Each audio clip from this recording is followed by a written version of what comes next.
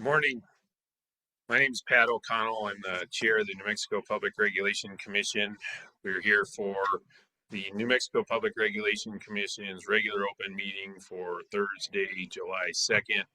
It's 10 a.m. We're here at the New Mexico State Capitol, room 309, and this meeting's also being streamed live on YouTube. Can we call the roll? Commissioner Nybert? Present. Commissioner O'Connell? Here. Commissioner Aguilera? Present. All commissioners are here and you have a quorum, Mr. Chair. Great, thank you. So next up is the Pledge of Allegiance and a pledge.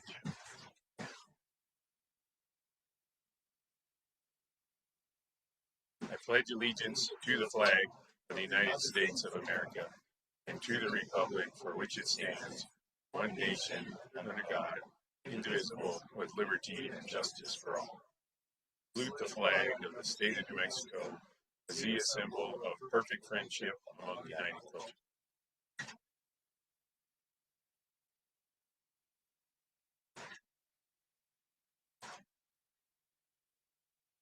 Okay, we have an agenda that was posted earlier this week. Are there any changes we need to make to the agenda? Seeing no changes, we will proceed with the agenda as posted. Starting with announcements.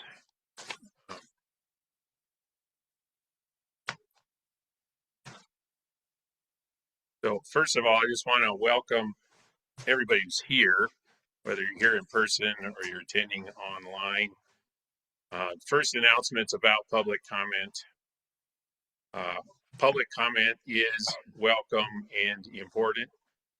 The commission is trying to be sure that we hear from as many of you as possible in a way that anyone who has an opinion feels safe to share that opinion.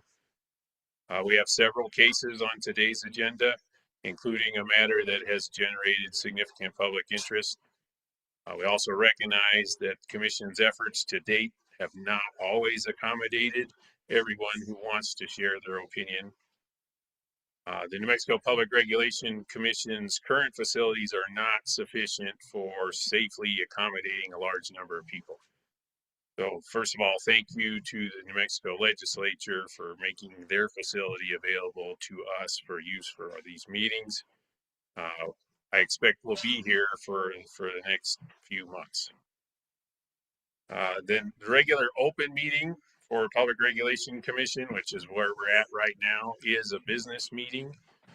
So today's meeting is more like a committee hearing at the state legislature than a dedicated public comment hearing.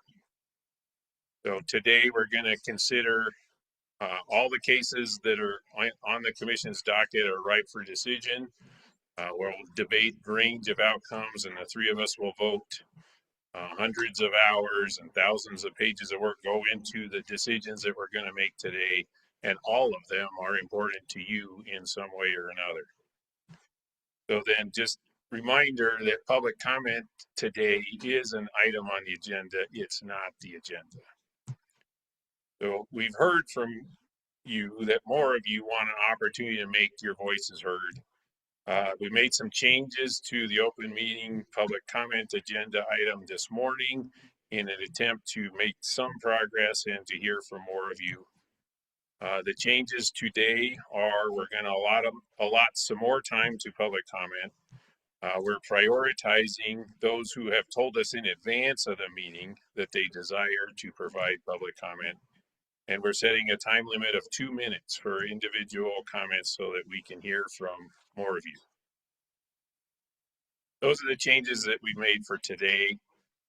Even with those changes, and I can tell just from the number of folks in the room, we are not going to hear from all of you today. There are other opportunities for you to share your input. Again, recognizing the widespread public interest in the proposed Texas-New Mexico merger and desire for as much public input as possible, we're working actively right now to schedule another dedicated public comment session in Albuquerque, similar to the one that we had at the University of New Mexico Student Union Ballroom on February 17th. That special meeting will be completely dedicated to public comment. I don't have the date and I don't have the facility to announce today, but we're working on it. So, and then these changes are in addition to what has always been true. You do not have to appear at these meetings and speak up to be heard. I can tell you, I read the public comments that are submitted in writing. And looks like we've got just crowd management in the back of the room going on here. So, and finally, again, just personal level, thank you for being here. Public comment improves the quality of the work I do. We regulate utilities because what the utility does is so important. That the fact that it is important creates a personal connection from us that use the services to what's happening here at these New Mexico Public Regulation Commission meetings. So my request for today is let's learn how we can improve what we're doing by listening to each other. So that's the first announcement, and just wanted to dedicate some extra time to explain where we're at with public comment and where we're going in the next near future.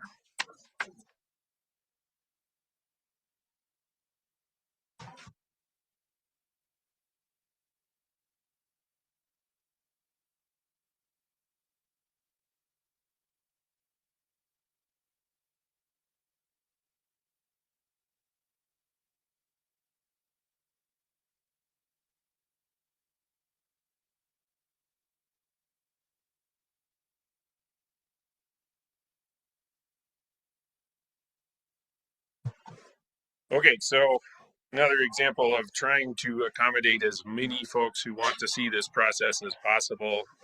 Apparently there's a very large crowd out in the hallway. This room isn't big enough for that crowd. It's better than being in Clifford where everybody would be in a very long, narrow hallway. But if we take a 10-minute recess, we can move to a different room that's larger. So we'll do that. And for those of you watching online, we're in recess and we'll be back at 20 after the hour. We'll tell you as soon as we have that down. What was that? I don't have the room.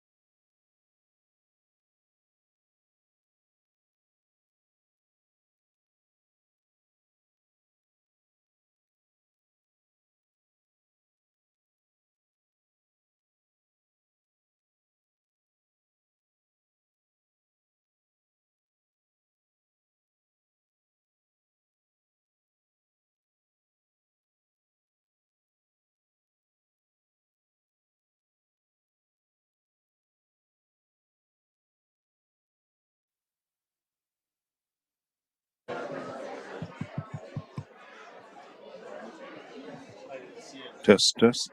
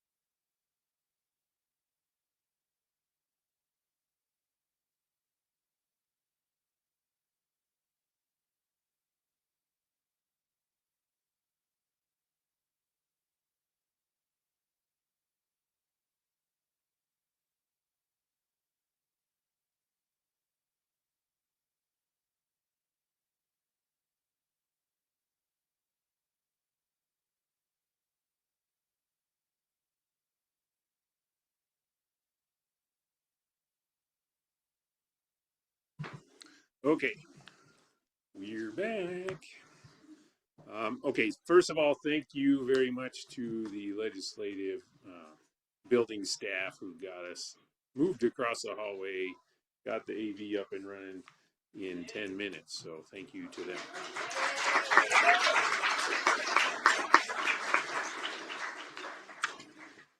Okay, so I was going to pick up where I left off. We're still in the announcements item on the open meeting agenda. I was explaining changes hopefully you saw on the agenda that got posted. We did a press release.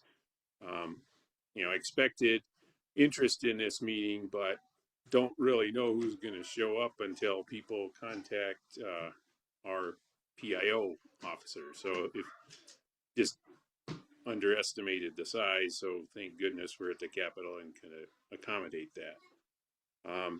So next, I'll just going to proceed with where I left off. So in the announcement section of the agenda, also we've made a practice of trying to highlight things that are coming up that may also be of interest between now and our next regularly scheduled business meeting.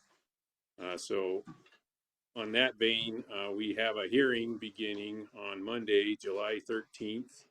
Southwest Public Service has filed for a rate increase, and we're at the point in that process where there will be public hearing. We'll accept evidence that will get admitted onto the record, and that'll be the basis for the decision on that. And again, that begins on the 13th. If you're interested in that, it's available to watch on YouTube, and we'll begin, I think, at 9 a.m. on Monday, July 13th. And then after that, our next open meeting will be Thursday, July 16th, and we'll be back here at the Capitol. So that's the new business.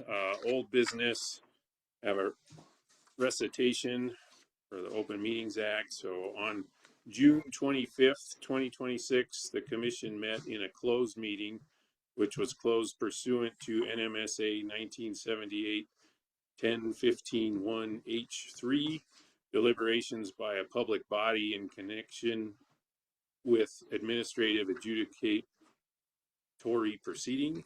I affirm for the record that the matters discussed in the closed session were limited only to those specified in the separate notice and agenda for that closed meeting that was published on June 17th. I further affirm that no final actions were taken in the closed meeting. So those are the announcements for today. Next up, we have Employee of the Month. I think that's Commissioner Aguilera has that honor this month. Thank you, Chair. Yes, this is my honor. So I would like to congratulate Katrina Smedley. She is the lead HR generalist in the Human Resources Division at our agency. So I'll read from her nomination here. It says, Katrina is highly deserving of recognition as Employee of the Month for her outstanding leadership, reliability, and positive attitude during a critical period for the team. In her manager's unexpected absence, she willingly stepped into multiple projects. It says willingly. We don't know if that's true, but she did step into multiple projects, took full ownership of key responsibilities, and ensured important tasks were carried successfully across the finish line. That we do know. She handled increased demands with professionalism, grace, and a sense of humor that helped keep the team grounded and motivated. Katrina consistently demonstrates a collaborative, I've got your back approach that strengthens both team morale and organizational effectiveness. Her willingness to step up without hesitation, support her colleagues, and maintain a positive presence under pressure exemplifies the culture we should all strive to create. Her dedication and dependability make a meaningful impact, and her contributions are critical for our team's success. Congratulations, Katrina. I agree with everything that is on here, and well deserved.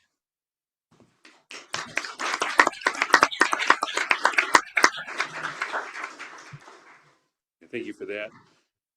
Okay, next item on the agenda is public comment. Two changes that we've made is, first of all, we're going to have a section dedicated to public officials, so folks who've been elected by us to represent us. And then we're also going to have a 45-minute session for public comment. Again, to try to hear from as many folks as possible. It'll be a 2-minute public comment session.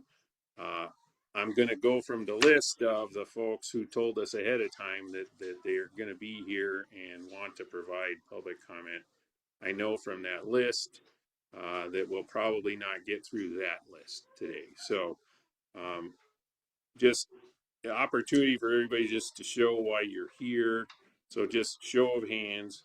How many of you are here to would like to have provided public comment on the proposed purchase of Texas New Mexico Power by Blackstone? Illegal purchase. And we're all here for that.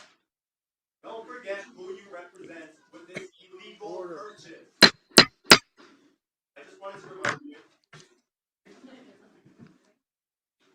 If there are disruptions in this meeting, we're going to have to stop the meeting.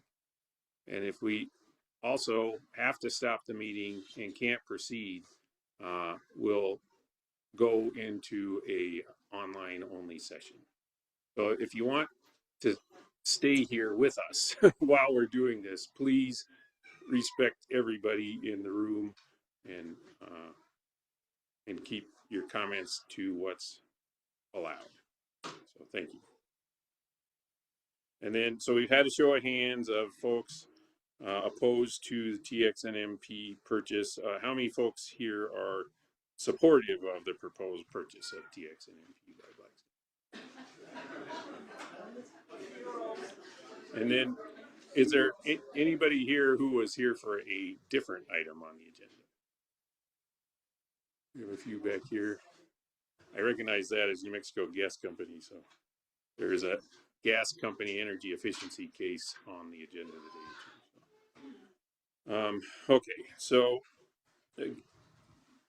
we're going to take the public officials first. Who we have lined up is Senator Gabriel Ramos, who I think is on Zoom, followed by Yolanda Lucero, who's the aide to Representative Mariana Anaya.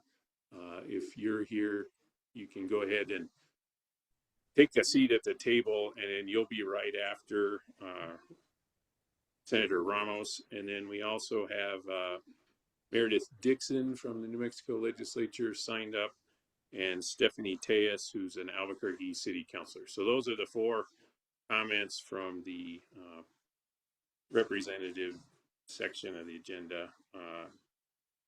Senator Ramos, if you're online and ready to go. Yes, sir, Mr. Chairman and Commission, and ladies and gentlemen, thank you very much. I am here today in support of the PNM Blackstone Infrastructure acquisition. Being that I represent Senator Southwest Ramos, New. it appears that your audio is not working. Okay, can you hear me now, sir? I hear you. Can you hear me now, sir? Hello. Hello. Hello, can you hear me now? Hello, can you hear me now?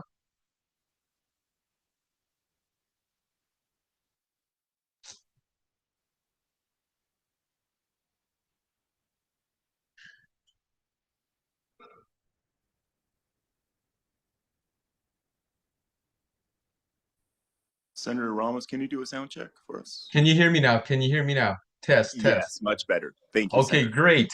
Ladies and gentlemen and Commission, thank you very much for having me here today.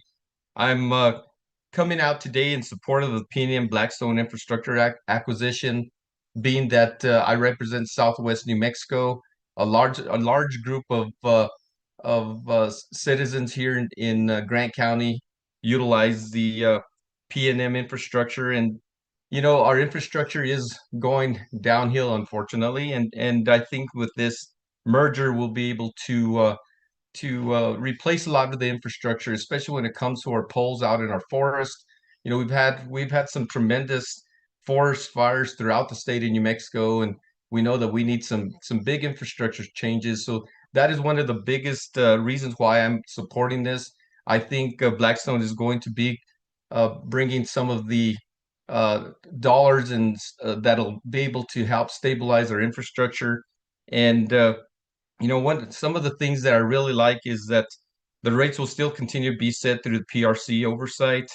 PNM's leadership, workforce, and headquarters will still remain in the state of New Mexico, which is very important to all of us. The financial benefits to customers and communities exceed those offered in any past New Mexico utility transaction. And 105 million in rate credits for PNM customers over 4 years, translating to an average of savings of 3.5% for everyone in every bill. Another thing that I'm excited about is that the Good Neighbor Fund will be tripled in funds, expanding support for low-income customers, and which is very important to the state of New Mexico. We also will have 25 million for clean technology and investments, furthering New Mexico's transition to carbon-free energy, which I know is also very important to the state of New Mexico and the residents. Going back to the main thing is the infrastructure in the state of New Mexico, especially in my district, is really suffering.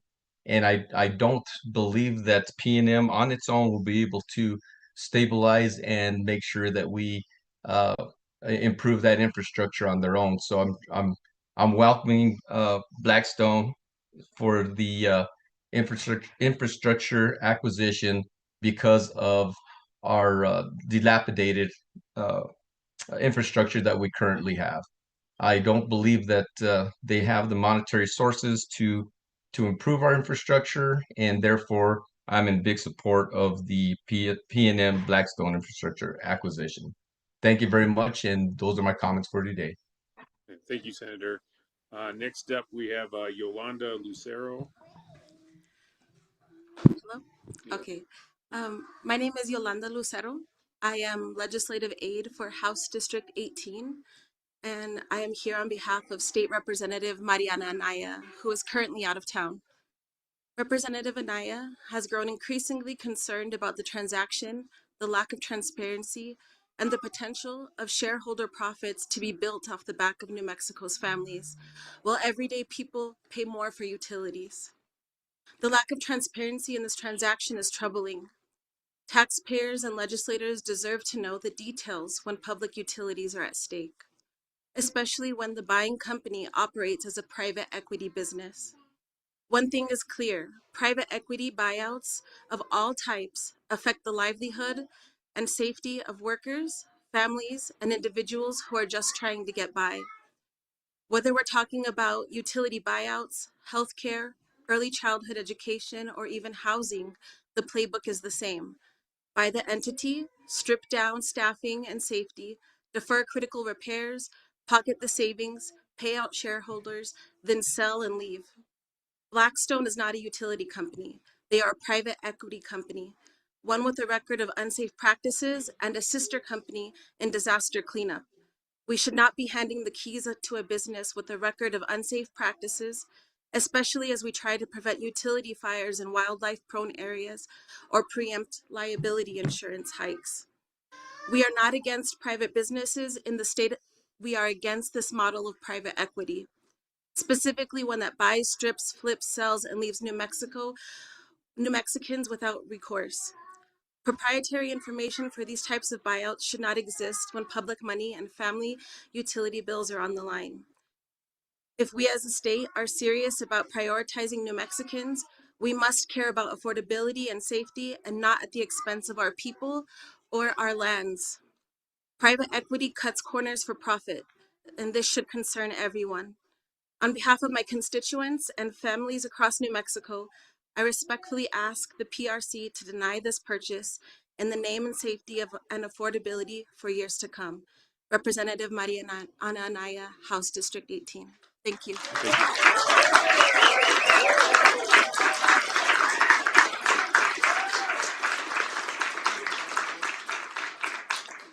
Okay, next we have Representative Dixon.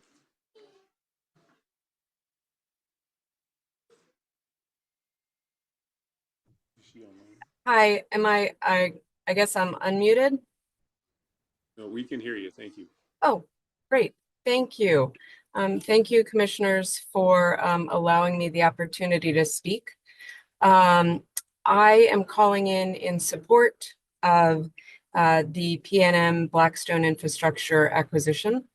I believe that Blackstone's long-term patient capital strengths, PNM's energy goals, and delivering the most reliable and affordable energy to its customers. The company has explicitly committed to funding the infrastructure needed to meet New Mexico's energy transition goals while keeping PNM's operations fully regulated under the PRC. This means rates will continue to be set through PRC oversight. PNM's leadership, workforce, and headquarters will remain in New Mexico with existing union agreements intact, and financial benefits to customers and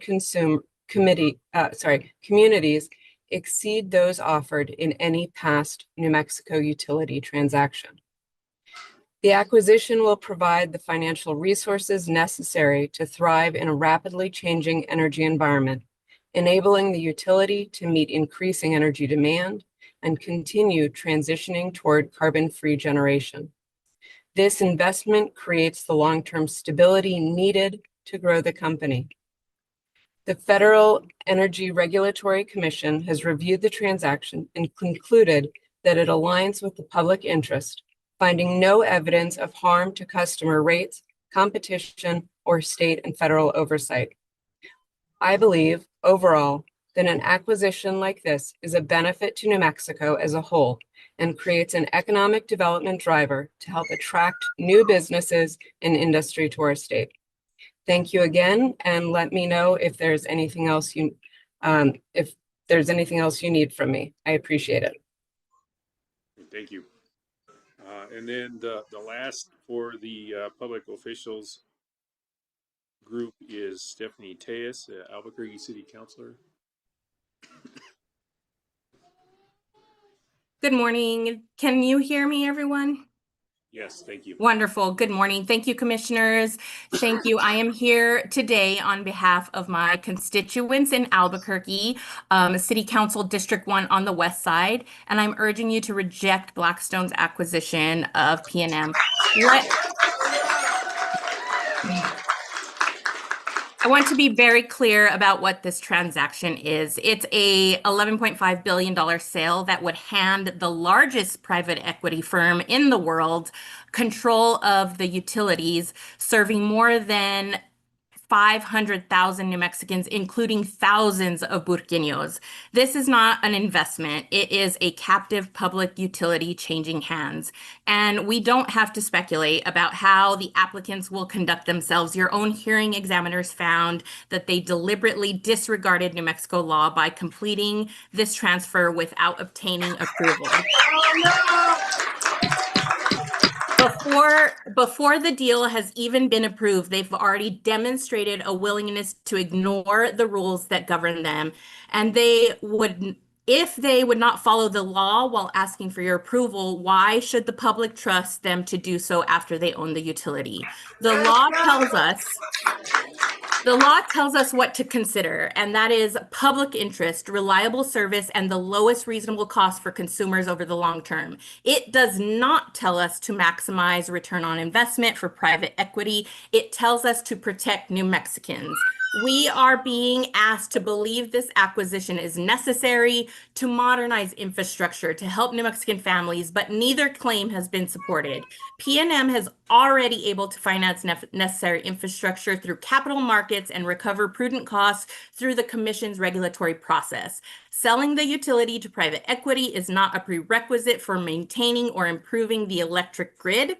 Likewise, there is no enforceable guarantee that the transaction will expand assistance for working families or strengthen our communities. Those promises may be temporary or discretionary. Blackstone's permanent legal obligation is to maximize returns for its investors, not to help people. So I ask you to consider who benefits from this deal and who bears the risks. What do our electric bills look like 10 years from now if the utility is operating under private equity ownership?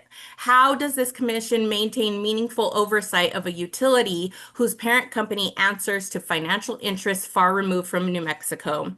You are our last line of defense for the public interest here. I ask you respectfully that this transaction has not been shown to serve the public interest and reject this acquisition. The applicants emphasize that the commission will continue to regulate rates after the acquisition, but regulation is only as effective as a company's willingness to follow the law.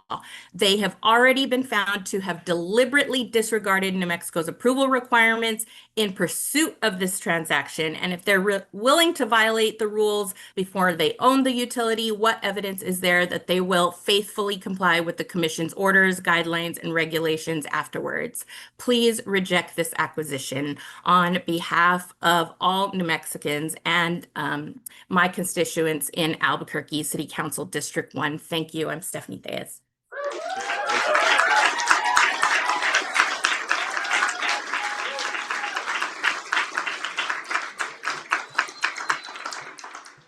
Okay, so that concludes the public official section of the public comment session.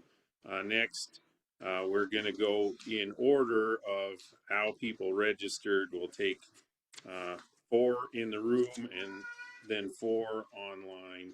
Again, we've given the whole 30 minutes to public comment here instead of, that's why we had the public official section first. The 2-minute is so that we can hear from more people. The only way that happens is if you let the people who are speaking speak. That was part of why I asked for a show of hands, so that you've already told us where you align with the comments that are being raised. Don't need to hear that again. I'd rather hear from the folks who've signed up for public comment and have something to say here. So please keep that in mind. So the first 4 in the room are Jim Kutzko, Laura Lucero, Sarah Root, and Grace Dukes. So Jim, if you're here, could you join us in the front of the room? All right, Jim's not here. Laura Lucero. And then just as Laura makes her way to the front of the room, just online, the first 4 online are Muriel Carpenter, then Pace Van Devender, then Barbara Wissoff, and then Scotty Bromberg. The floor is yours. As long as the microphone's green, we should be able to hear you. And then if you can, please keep it to 2 minutes. Mr. Cameron's keeping time here, so maybe you'll hear a little chiming noise. Maybe you won't, but I'll try to. Thank you. Thank you. My name's Laura Lucero. I'm from Albuquerque. I'll keep it to 1 minute so everybody else can speak.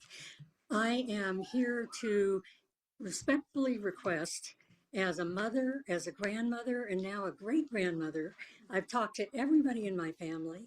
They all want this case dismissed. They all think that you should toss this case because your hearing officer heard the evidence, pro and con, weighed it all, and found that the case should be tossed.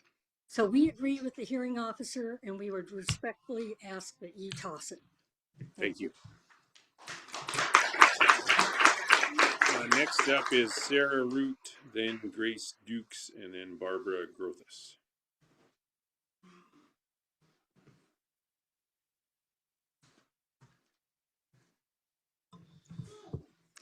Good morning, Commissioners. My name is Sadie Gonzalez Root. I'm a mother, a native New Mexican, and a PNM ratepayer. I'm here today to urge you, the representatives for our entire state, to make the right choices for the future of New Mexico. Myself and many others here today are parents raising the next generation of New Mexicans. When we look at our children, it's impossible not to think about what kind of world we have brought them into and how we can teach them to make it better for future generations. What do we want our legacy to be? We teach our children to be responsible, accountable, and most of all, to make good decisions. We teach them to be a part of their community and to act in ways that benefit everyone, not just themselves. We teach them to support their friends, family, schools, community programs, and neighbors. We teach them to take responsibility for their actions. Though you all are grown, there's no doubt that these teachings were instilled in you as children too. Today is when you decide what New Mexico our children will inherit. You have a chance to make the right choices, to say no to the bad guys, and to make sure that our state stands at the forefront of protecting its community members. Hold Blackstone accountable for their actions. Ensure that New Mexicans don't have to pay money to these billionaires. Don't let the bad guys win. Thank you.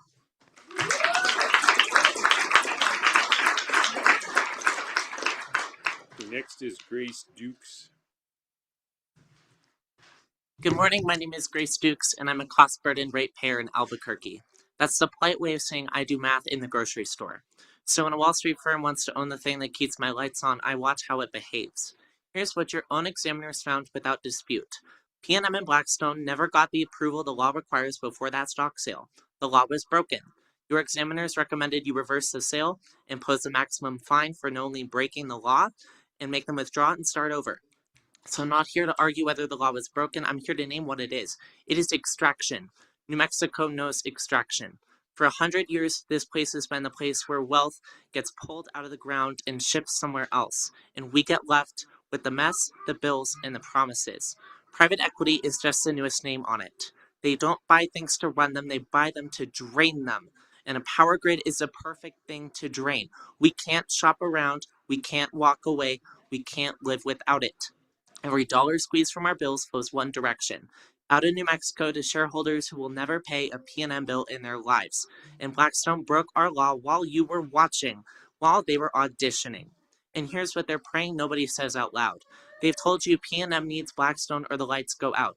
State reps said that. That's not true, and we know it. We have billions. The State Investment Council could buy this. Our grid, our hands, earning returns that stay here for our people. For once, we would not be the draining ground and the drain site for somebody else's fortune. You're one of the only bodies in New Mexico's history with the power to stop the extraction before it starts. So use it. Follow your examiners, reverse the sale, maximum penalty, make them start over. Look at this room. We are all here to say what? No! Thank you.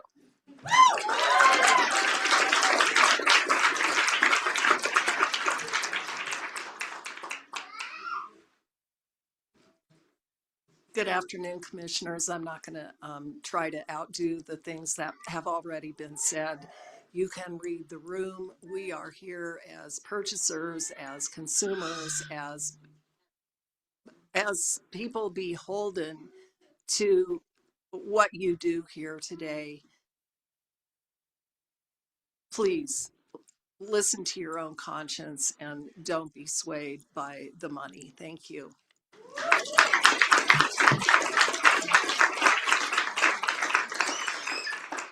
So I'm going to turn it over to Mr. Rodriguez for 4 online.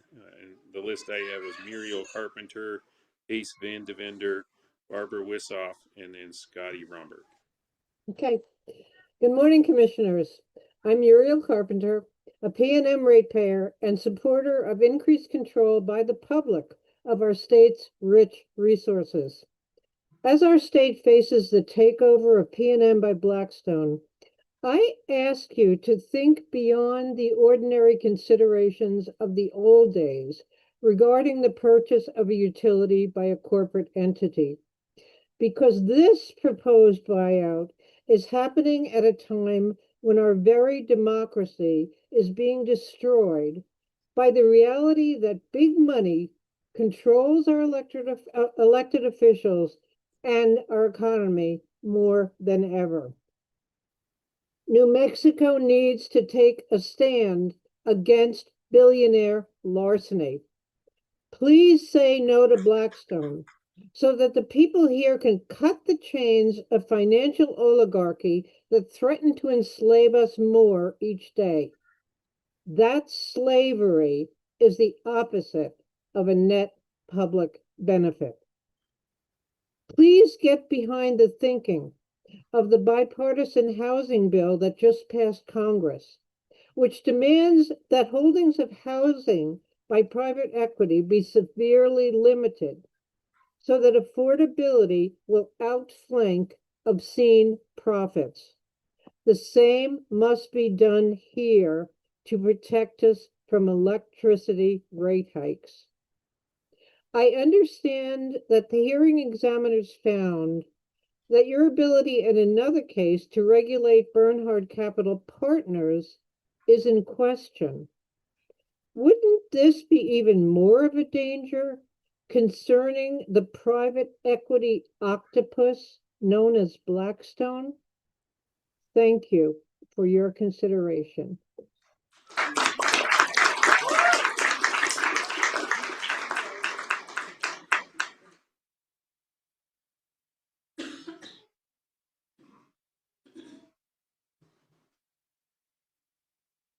Next, we had Pace Van Devender.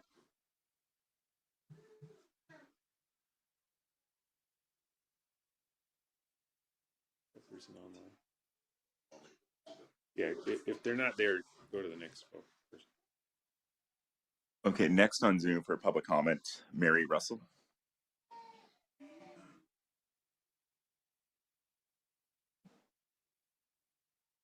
Is Barbara Wissoff on there?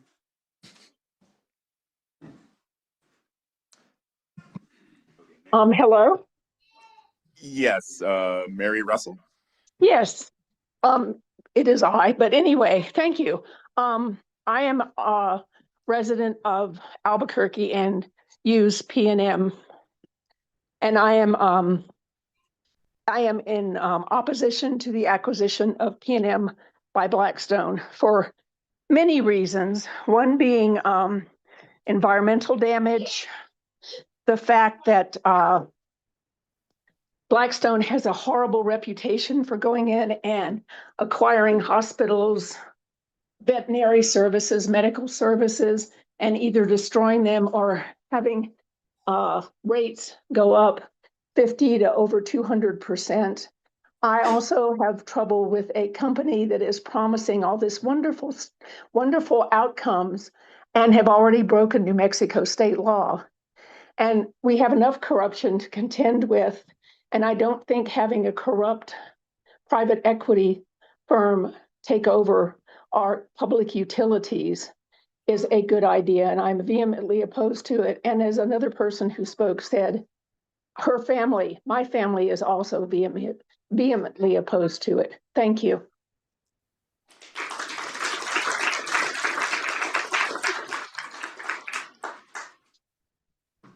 Okay, next on Zoom, James Shanley.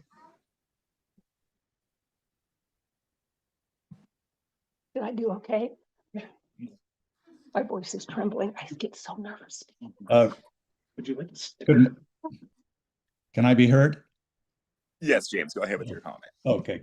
Good morning, commissioners. My name is James Shanley. I'm a resident of District 7 in Albuquerque and a rate-paying customer of both PNM and New Mexico Gasco. The economic value of PNM and New Mexico Gasco is generated by the customers who pay for their product. Value generation that occurs entirely within the state of New Mexico. Blackstone may not be operationally evil or malignantly predatory, but it most certainly is not a philanthropic institution, nor is it a financial behemoth suddenly transformed by a passionate desire to operate utilities and serve the public. Their motivation to acquire and privatize PNM and willingness to sprinkle us with a few $1 million in pieces of silver is predicated on their recognition of PNM's predictable future value as a company and their proven expertise at acquiring, privatizing, and wholly capturing that value in a future IPO. Some sense of the proportionate scale of that method of value capture can be inferred from the impact on Elon Musk's net worth of the SpaceX IPO less than 3 weeks ago. There is no public interest in New Mexico that will be served by enabling a similar future market event for PNM or New Mexico Gasco that transfers 100% of that value growth into the bank account of an out-of-state corporation. There are myriad sources of capital available to PNM that do not require making New Mexico a colony for the harvesting of capital by Blackstone.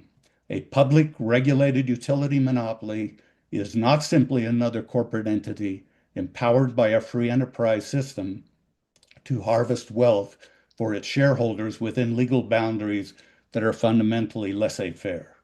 On the contrary, it is a covenant between a commercial and technical for-profit enterprise and the people it serves. The three of you are the keepers of that covenant. We, the people, not the vested interests, are depending on you. Thank you.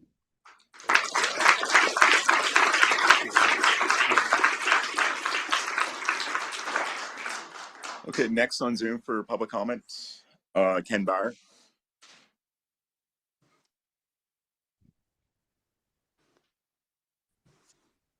Thank you, commissioners. I'm a resident of Santa Fe County and a PNM customer. I have experience as an intern for the Utah Public Service Commission, and also I have run educational programs on electric utility restructuring for state revenue departments. I think it's fairly clear that this transaction does not serve the public interest. Just because FERC gave a thumbs up to this does not mean it meets the standard for New Mexico. So I think there are a lot of red flags here, and I urge you to reject this transaction for sale to Blackstone. Thank you. Thank you. Okay, the next group will come from in the room.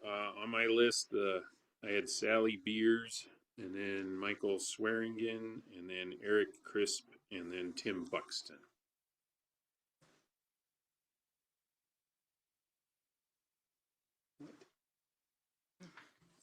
Hello, commissioners. My name is Sally Beers. I'm from Albuquerque.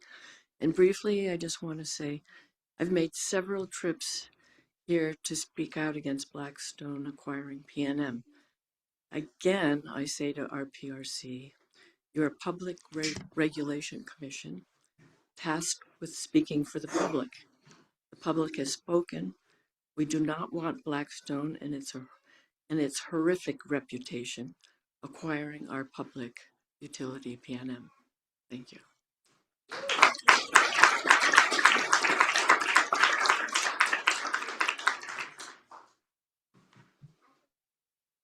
Yay, Michael! Props. Good morning, commissioners. My name is Michael Swearingen. I'm from Albuquerque. I'm a former science teacher, and I hope that you reject Blackstone's purchase of PNM. I'm against private equity firms owning any public utility. Private equity firms are groups of very wealthy people who pool their money trying to get great deals. Their interest is making more money. We in New Mexico want excellent electricity service and at a reasonable price that doesn't wreck our environment. Here's my reenaction of what happens when private equity takes over. This is a beautiful breakfast burrito. It could be yours for $5. Now private equity gets involved. Well, it's kind of shrunk a little bit. The bacon was too expensive, so they substituted turkey bacon.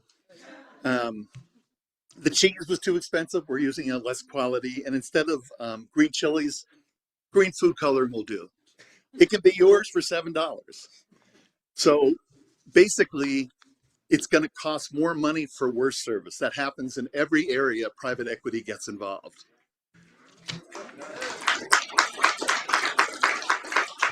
Blackstone plans to spend $3.4 billion over the next 5 years for infrastructure, generators to make electricity, transmission lines to carry it, and the thing that really makes them lick their lips, AI data centers. We'll be shipping most of this electricity and data to Arizona and California. But we here in New Mexico will be footing that bill for the infrastructure. Our rates will increase to cover these costs, and they will last for decades. With Blackstone buying PNM, our electricity will always cost more, sometimes 2 or 3 times more, and we'll get worse service. Please vote against this sale. Thank you.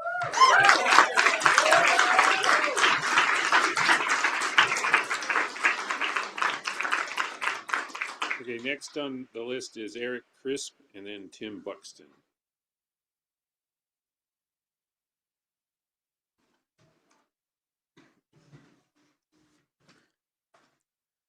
Good morning, commissioners. My name is Eric Crisp. I am a citizen of Albuquerque. I'm a father. I'm a farmer. I worked in public health for 24 years here in New Mexico, trying to make New Mexico a better place. And I'm also an anthropologist. So I'm an ordinary guy, in other words. So I want to bring some of that anthropology in here. And I want to also note that, oh yeah, I'm not a billionaire. I don't have $50 billion the way that Steven Schwartzman does. And my anthropology tells me that the only reason we think Steven Schwartzman, the CEO of Blackstone, is capable of running this utility better than all of us is because he's got a lot of money and a lot of power. And the only reason that we believe that is because 5,000 years ago in Ur, in Mesopotamia, a king decided that he was descended from God and that he was somehow better than everybody else and that he deserved all the extra wealth and power he had. And he convinced everybody that he came by it naturally. And that, in fact, he stole it. And that's the only reason that anybody today is sitting in a position of having billions of dollars. You don't get $1 billion by earning it fair and square. So I urge you all to reject having something that should be owned by the people of New Mexico, owned by billionaires. That's it. Thank you very much.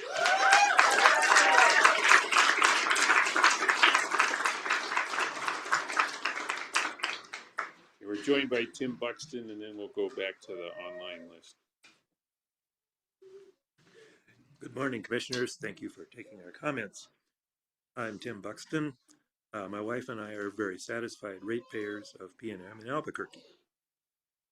The hearing examiner in this case has found that the purchase of the new PNM stock by Blackstone is illegal, and consequently the proposed acquisition should be called off.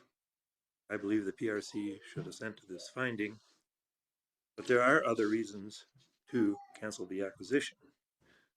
Blackstone's CEO is Steven Schwartzman, who donated $8.5 million over years to help install the current president. This president stops clean energy, solar, and wind in any way he can. This is one of our great resources here in New Mexico. It is not in our public interest to have him in charge of PNM, essentially, the most important part of our energy transition. So that means money collected, in this case from us by Blackstone, can be expected to go into more blockading of our clean energy economy, which we do not want. Private equity companies, by definition, have installed over themselves a veil of secrecy. If they make secret sweetheart deals with their data center and other affiliates, we can't stop it, and we lose. They win. Private equity extracts all the profit they can get away with. In our state, New Mexico, private equity-owned El Paso Electric has filed a rate increase of 50%. New Mexico does face a bright, clean energy future, affordable energy, with our successful, competent PNM organization. This solid, attractive company can be funded by any number of public equity investors who have nothing to hide. That would allow us to choose our own course in our clean energy transition.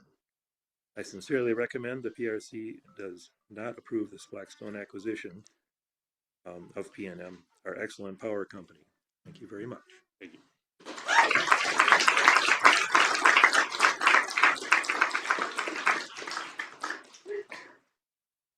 Okay, going back to Zoom for public comment. We'll start with Josh Wallace. Hello, can you hear me? Yes, Josh, go ahead. So yeah, I'm Joshua Wallace, New Mexico transplant, 7-year resident of Albuquerque. I love living in New Mexico and want to continue living in New Mexico.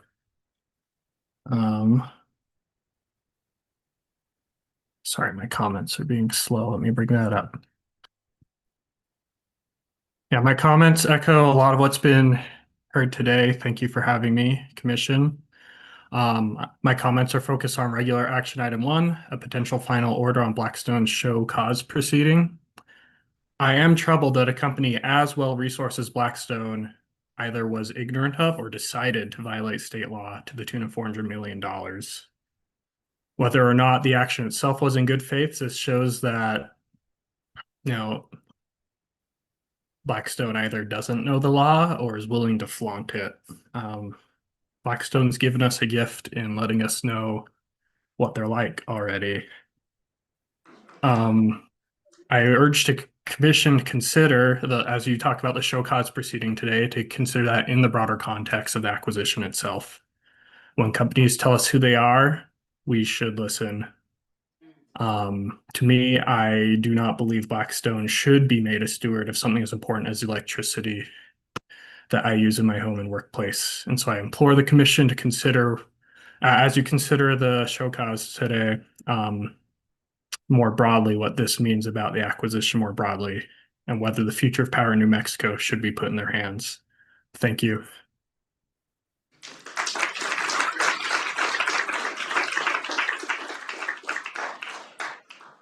Next on Zoom, Diana Shea. Go ahead with your comment. Thank you. My name is Diana Shea. I am an Albuquerque resident and a PNM ratepayer. I rely on PNM for providing electricity for my home, but I also count on the public utility to provide service to the hospital and the grocery store, the library, even the traffic lights that we all need. As a retired public school teacher, I've seen the harm happening to our children's learning as education falls more and more into private for-profit hands. I concur with the fears and the warnings and the suggestions of the speakers you've heard today. I trust that on reflection, you will also. Thank you.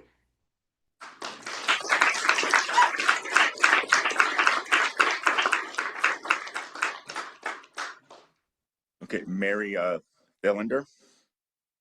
Yes, I thank you for allowing me to speak. My name is Dr. Mary Thielander. I am a lifelong resident of New Mexico, and I have lived and worked in Albuquerque in healthcare my whole life. I strongly oppose the sale of PNM to Blackstone Private Equity. Private equity ownership of a public utility is a built-in conflict of interest. Blackstone's business imperative is to maximize shareholder returns. That is a conflict of interest for ownership of our public utility. It conflicts directly with keeping electricity affordable, funding reliable and safe infrastructure, and investing in the long-term transition to renewables. The pressure to hit quarterly earnings will result in higher rates for payers and underinvestment in grid maintenance and safety. The cost will land on working families and low-income households, and the risks show up as more outages and infrastructure failures, including increased fire danger in our beautiful public lands where the power lines roam. So that I am clear, I oppose any acquisition of PNM by Blackstone or any private equity now or in the future. I expect, and the NM residents who are packing this meeting expect, the PRC to reject the Blackstone acquisition of PNM. Thank you.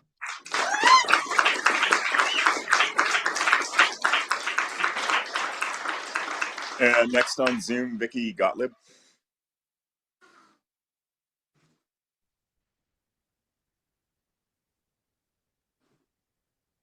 Thank you, commissioners, for this opportunity to comment. I heartily endorse the eloquence and the conviction of those who have spoken in opposition to this purchase of PNM by Blackstone Equities. Thank you very much for your time.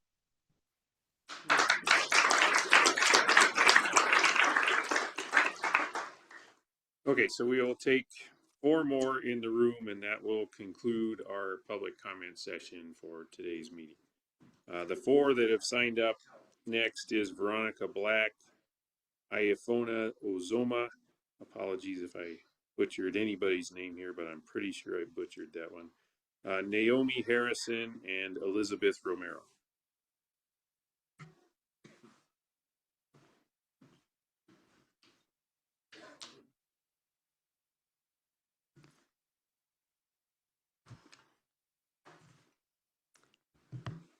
Hello, my name is Veronica Black. I'm from Las Vegas, New Mexico, and I'm really glad I can be here today.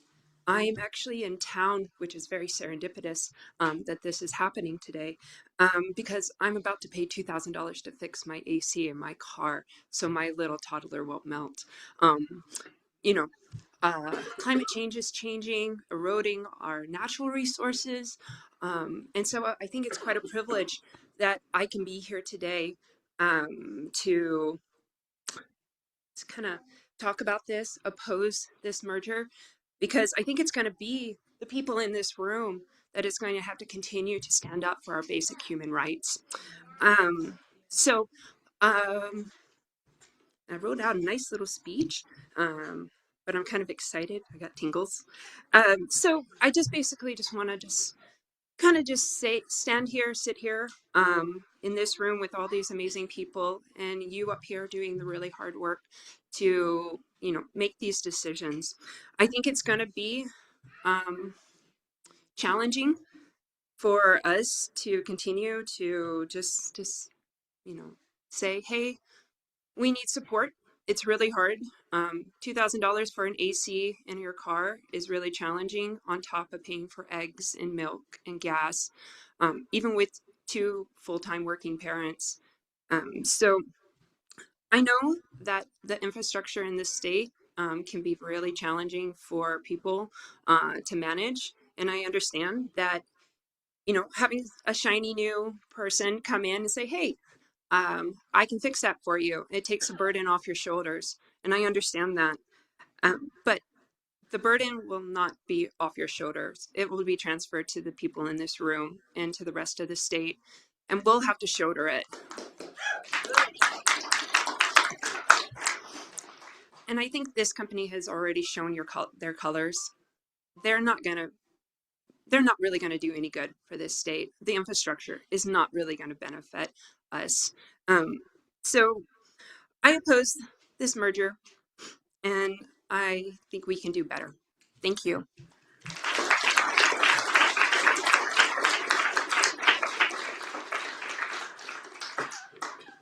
Hi. Good morning, commissioners. My name is Ifeoma Ozoma. I'm a Santa Fe resident, a mom of that little one, and a PNM ratepayer. I'm speaking today as an individual, not on behalf of any organization, but I work for multi-billion-dollar corporations long enough to know exactly the manner of nonsense currently playing out over this issue. New Mexico has a long history of outsiders treating our state like a resource colony. Whether it's land, water, minerals, or labor, they come in, take what they can get for the lowest dollar, and leave the mess for us to clean up. They don't see a community of people who are just as invested in protecting our kids and our families from exploitation as anyone anywhere else in this country. They see a place where the rules don't apply to them, and if there's any punishment at all, our policymakers and regulators are cheap enough to buy off that it's just a small part of doing business. Blackstone wants to own the utility that powers our homes, our schools, our hospitals, and they started this process by breaking the law. That says everything we need to know about how much respect they have for our state and for this commission. And we know what comes next if they get their way. Their sole model is raising prices on ratepayers who have absolutely no other choices for service.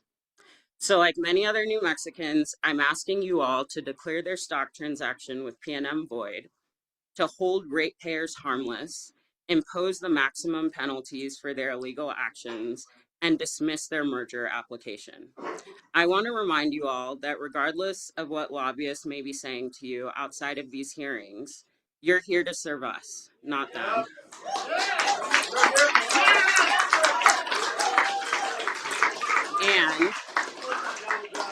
And we will not forget if you decide to sell us out. So it better be worth it. We are not going away. Thank you.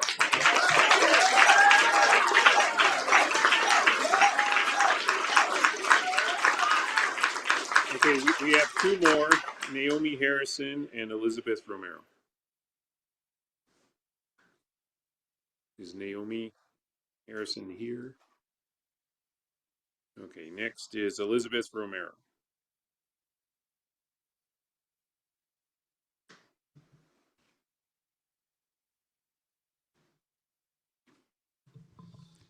I am Elizabeth Romero, a resident of Santa Fe and a small business owner. And as a small business owner, that means I have the privilege, I'll call it, of paying two P&M bills every month.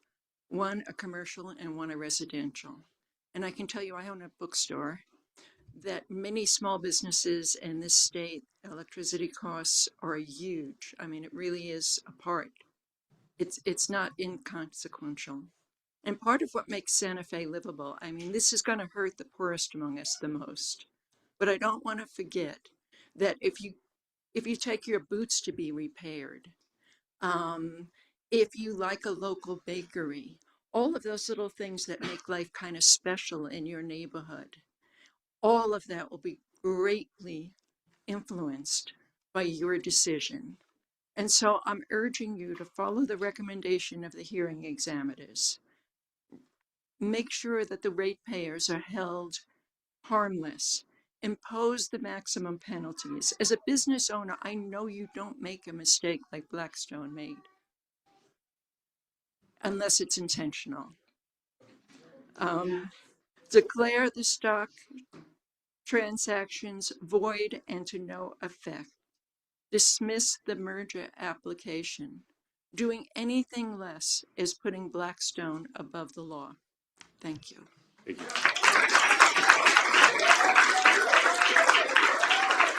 Okay, because Naomi Harrison wasn't here, we'll take one more, and that'll conclude our public comment session. So is Chris Jones here?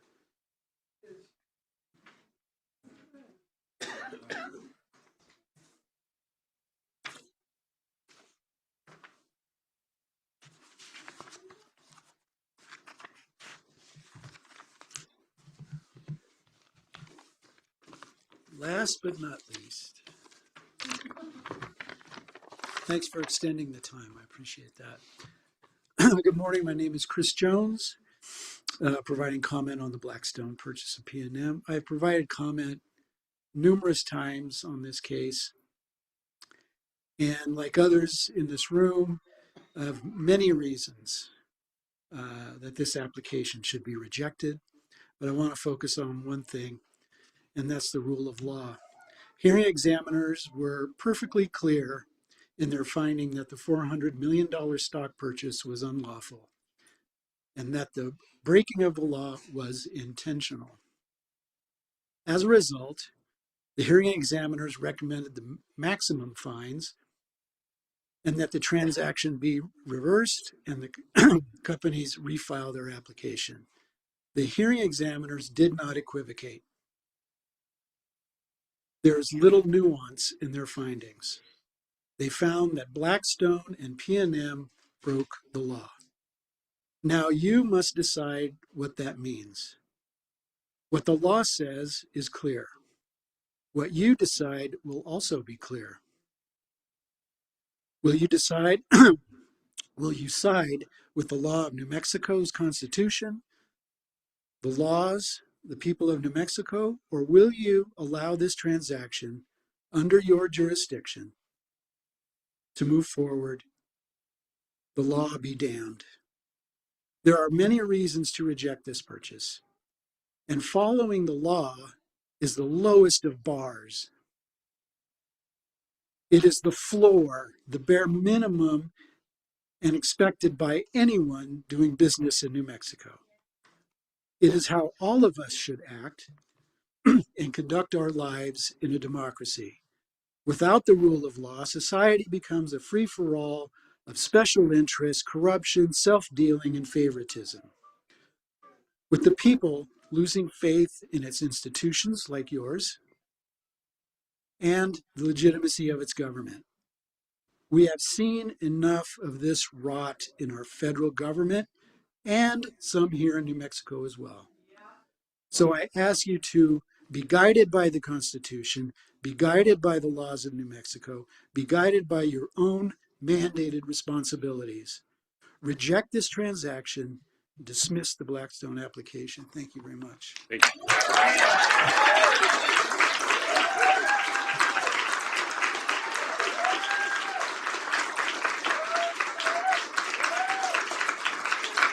Okay, that concludes the public comment agenda items, and we'll move on to next agenda item, which is approval of prior meeting minutes.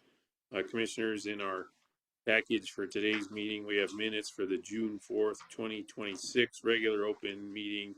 I went on board effect and fixed a typo on there. Is there anything else that you see needed amendment?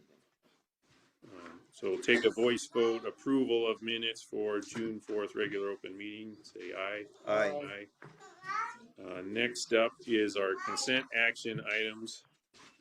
We have 6 orders proposed in front of us on the consent action. Do you have any comments on the consent action items? I don't have any comments, and I would move to approve the consent action items. Second. The motion and a second to approve consent action. We have a vote. Commissioner Nyberg? Yes. Commissioner O'Connell? Yes. Commissioner Aguilera? Yes. The motion to approve the items on the consent agenda passes unanimously, Mr. Chair. Thank you. So now we're on to regular action items. The first item on regular action agenda is case number 25-00060 UT. We'll begin with a presentation from Office of General Counsel and Erin Lecoq. Ms. Lecoq, the floor is yours. Thank you. Good morning, Commissioners. Commissioners, there are 2 proposed orders before you. The first one, which we've called the recommended decision to final order, largely adopts the recommended decision's findings, conclusions, and recommendations. It converts the recommended decision into a final order form, incorporates the Commission's final determinations, and directs the parties to take any necessary steps to comply with the Commission's decision. Substantively, it follows the recommended decision's treatment of the statutory violations, penalties, and resulting remedies, with revisions which are intended primarily to make the document function as the Commission's final order. The second order reaches a slightly different conclusion regarding the appropriate penalties and remedies, which generally relies on the same underlying record, modifies the Commission's response to the violations, and provides a different resolution to those issues for Commission consideration. And with that, I stand for questions. Great, thank you. So, Commissioners, we have in front of us two paths, and then we can obviously amend either one of those paths. We can start with what is the order that is just founded on recommended decision, but I think it's also worth it. Sounds to me like in my reading of the two, is the major difference is what to do about the findings of the recommended decision. So anyway, like to turn the floor over to anybody who would like to lead a discussion on the what to do about it question, or if there's something you think we should talk about first, let's do it.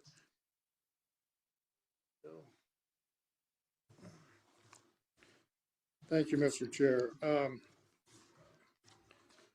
I'm trying to look at this matter holistically, and when I read the recommended decision and the initial order that came to us, I'm concerned that the ultimate result is going to have a negative impact on ratepayers. And so that thought has troubled me for several weeks now, and trying to address that result is what has led me to move forward with an alternate order that does approach the issue differently. It makes ultimately the same findings that PNM, not PNM, but TXNM, Topco, and ParentCo violated the statute. But the recommended decision really went forward stating that the language in the statute was unambiguous and clear. Well, I've read the statute at least 100 times, and I don't see the clarity. I can see arguments on multiple sides, although I would fall on the side of the fence that the violation occurred. But there's some internal inconsistencies as I see it in the statute. And so that has resulted in a couple things. Number one, because of the conflicts as I see it in the statute, I would not impose a maximum fine. I would really have leaned back on what we did a couple weeks ago and imposed a fine based on 1/4 of the fine that was applicable. So in this case, the maximum fine being $100,000 per entity, I've reduced that to $25,000. So if you want to know where I got the 25%, it's from 2 weeks ago.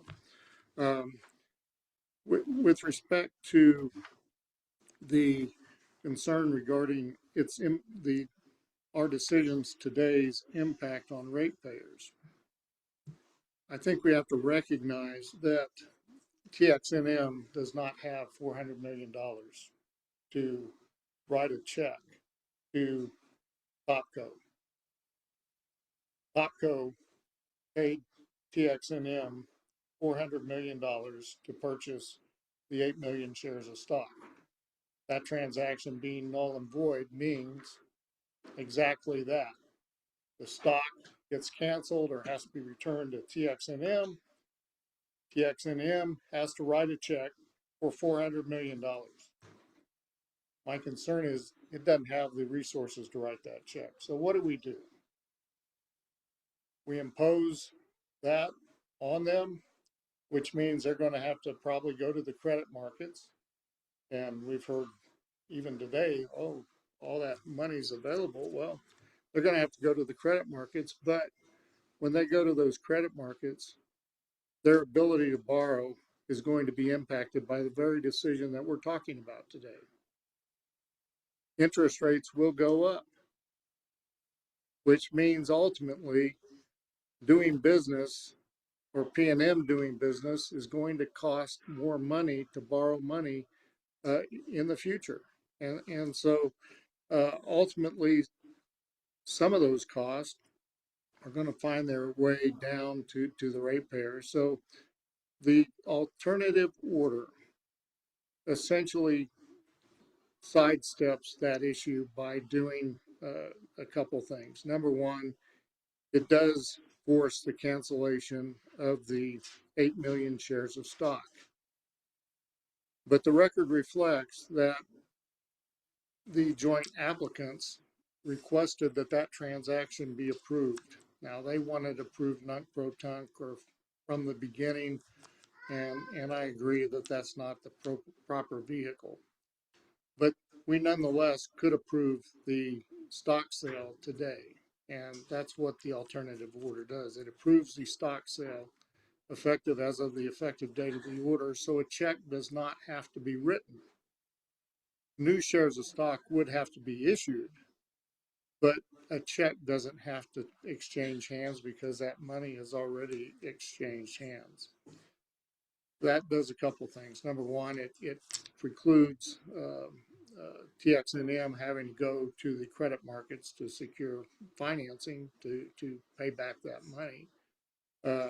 Number two, it allows us to get on with the real issue that's before this commission.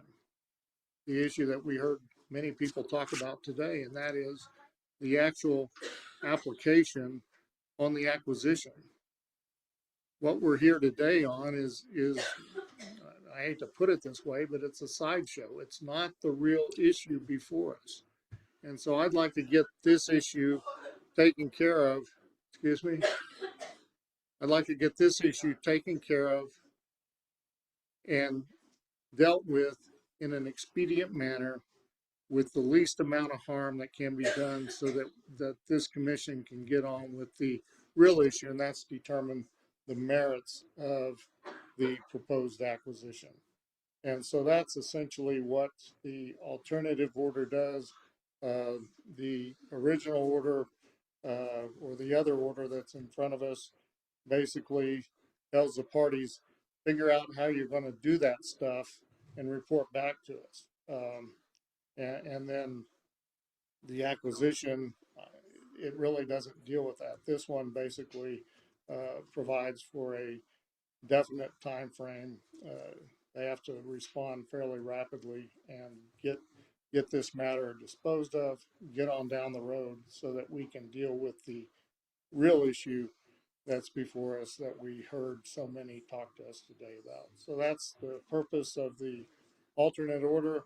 That's essentially what it does, and it's really based upon a concern on the ratepayers and a concern on the reading of the statute that I don't find it to be as clear as maybe many have argued. So that's an overview of the alternate order. Great, thank you for that.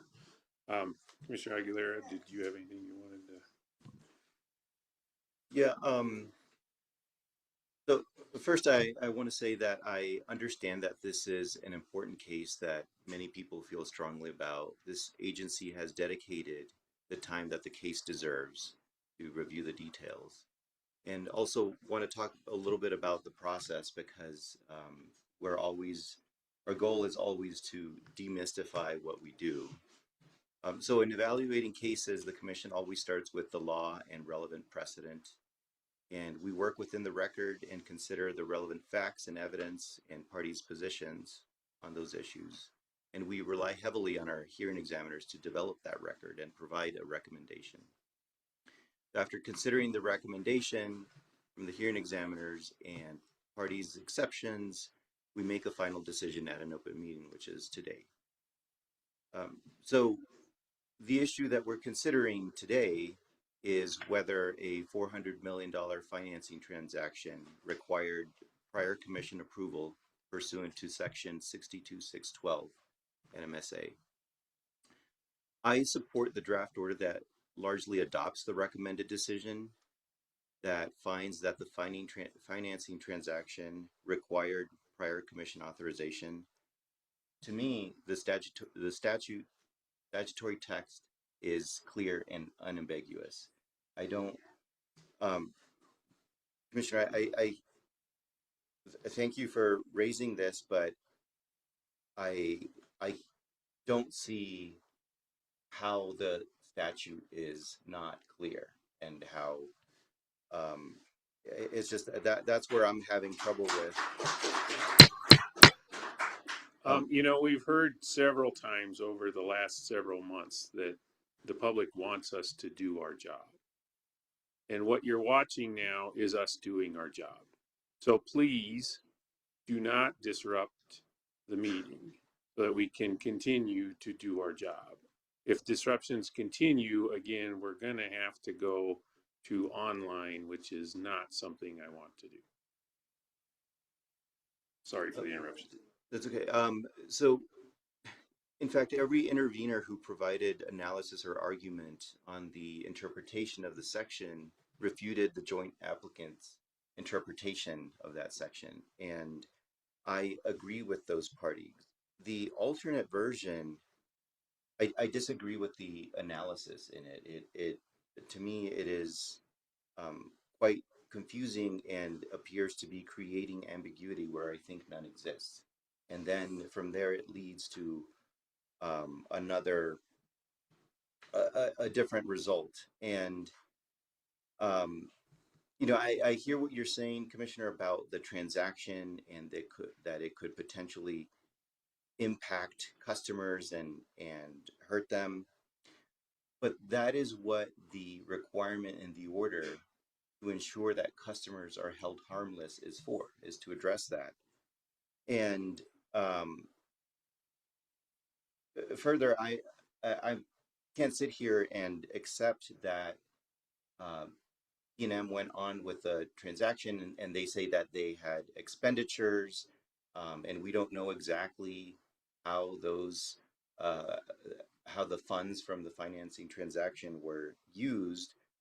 We do know that some of it was used to pay down debt, but when you drill down into it, really what happened is that P&M has deprived the commission of an ability to look at whether those funds were used prudently. And so the other thing is they use these financing funds, and it's not a gesture of goodwill. P&M is going to come back and try to seek recovery for that. And that's why it's important. You know, if it was a gesture of goodwill, then, you know, maybe I could try to see this differently, but it's not. They're going to try to recover these costs. And how do we know that the financing that they used was the lowest cost financing? They could have used debt. It could have been cheaper. And we also don't know what the expenditures were for and whether it was prudent. And so I hear you that this could potentially hurt P&M when they're seeking financing in the credit market, but this is an issue of their own doing. And we need to ensure that it's undone in a way that holds customers harmless. And so with that, I don't support the alternative order, and I am supportive of the order that largely adopts the recommended decision. Yeah. Mr. Chair, if this statute's so clear, then how do we reconcile section A3B and A3B or A3C? One exempts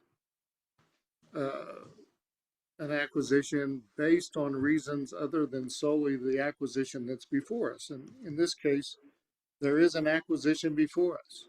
And so a stock purchase under A3B is exempt from our necessity to approve it.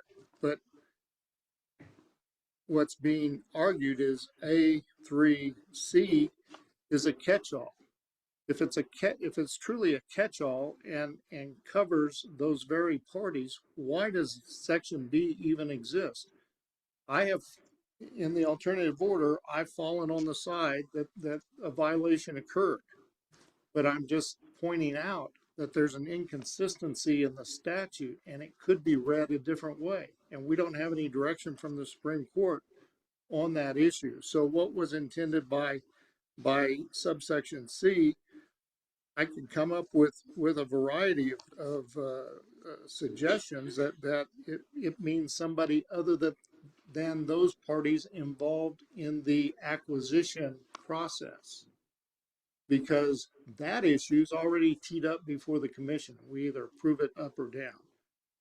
So that stock transaction that's part of the acquisition process, do they need another approval from us before we get to the real issue? I don't think so. That's what subsection B does. Subsection C only becomes applicable, I think, and gives us authority to deal with a public utility that's trying to mess up that acquisition. So if a public utility wants to buy stock in a public utility that's being acquired, and that issue's already teed up before us, they need to come to us and get our permission, because we don't want to muddy the waters, so to speak. So I don't, B and C, again, I've fallen on the side of the idea that they have violated that section, but I'm suggesting it's not as clear as what people have made it out as. And then subsection B, the subsection B deals with whether or not the transaction is null and void. The language says any consolidation, merger, acquisition, transaction resulting in control or exercise of control, comma, or other transaction in contravention of this section without prior authorization of the commission shall be void and of no effect. Well, you have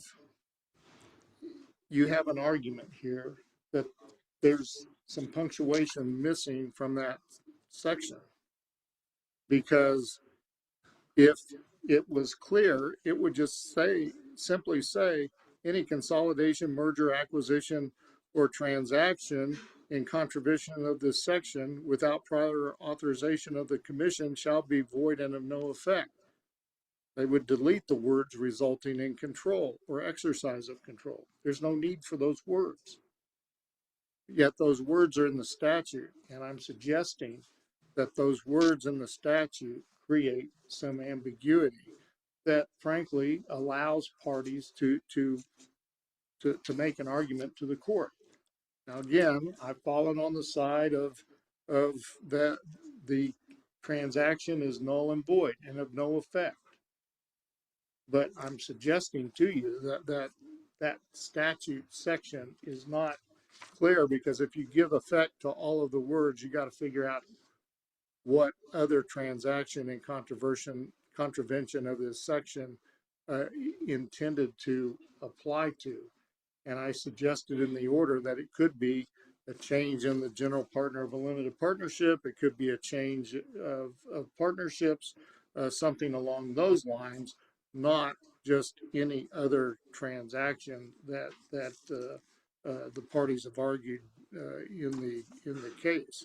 Because we have to figure out, why did the legislature put the words transaction resulting in control or exercise of control? That occurred, and the court rules that those words have meaning, then maybe this transaction is not null and void. Maybe it violates the law because they didn't get our permission, but it's not null and void. So what do we do in that case? So, we fine them That would be an appropriate remedy, but again, we're declaring it null and void, and we're hanging our hats on a statute that I think is subject to at least a couple interpretations and not as clear as what parties have argued.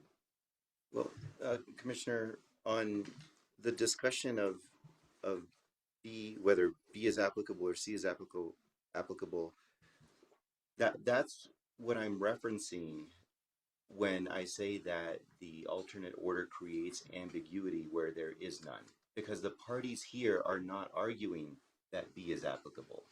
So why then would we start to argue that? And the alternate order itself in paragraph 724 says that subsection A, B, D, and E do not appear to be applicable. So there's no confusion there. And I continue to not see the ambiguity in the statute. To me, it's clear. Because subsection B has no meaning if you don't give effect. In this instance, Topco is a person whose affiliation with TXNM is by virtue of only this transaction, right? Topco's only affiliation with TXNM, or TXNM's and Topco's association, is only a result of this transaction. Topco being affiliated with the public utility is only because of this transaction. There's no other transaction that it's dealt with in some other state or anywhere else that makes it associated with the public utility or public utility holding company. Is that correct? I think maybe I can help move us on a little bit here. What I'm hearing is the inflection point here that the law's been violated is common between the two orders. The debate is about whether to say the law is clear or the law is not clear. To me, the fact that it took so much process to get to here kind of tells you, hey, there was arguments to be made. Having said that, I'll just be honest, where the joint applicants lost me was when they were rearranging the words in the law and color coding them. When I, not a lawyer, when I see that, that just tells me you don't have very good legal argument. So from that base, I'd say, since we're in agreement on the finding, let's move forward with talking about the order that derives most directly from the RD. Because frankly, for me personally, the biggest issue is what you raised was struggling with consequences, right? If you look at the law, I don't care if it's PNM or SPS, gas company, the reason those companies exist as regulated monopolies is because what they do is so important to our daily life. And what's our job under the law is give them a reasonable opportunity for return in exchange for providing that service. So that's just fundamental truth of why regulators are here. This decision isn't the kind of decision a regulator should have to make because it arguably goes in the opposite direction of, hey, let's make service better, right? So that's where I've been struggling the most. And so what I would say is, suggest that we move forward with just a motion to adopt the order that derives most from the RD. And then we can talk about amendments on that order around the concept of consequences. And there's some other ideas out there of things that we could amend that base with. I don't want to cut off debate. It's very important to hear from Commissioner Nybert, Commissioner Aguilera, myself, because people need to understand why we're making the decision we're making. So I'm not trying to end conversation, but I was just thinking, when I was listening to this, like, well, the fact that we had to go through so much process to get here reinforces what you're saying. But then just myself, my ability to read, my ability to listen, I'm in the lane of recommended decision. For me, that's an acceptable path forward, Commissioner. So I would move to adopt the base of the order that largely follows the recommended decision. And we'll continue discussing it. Okay, so I'll second that. So now we have motion and a second on the floor.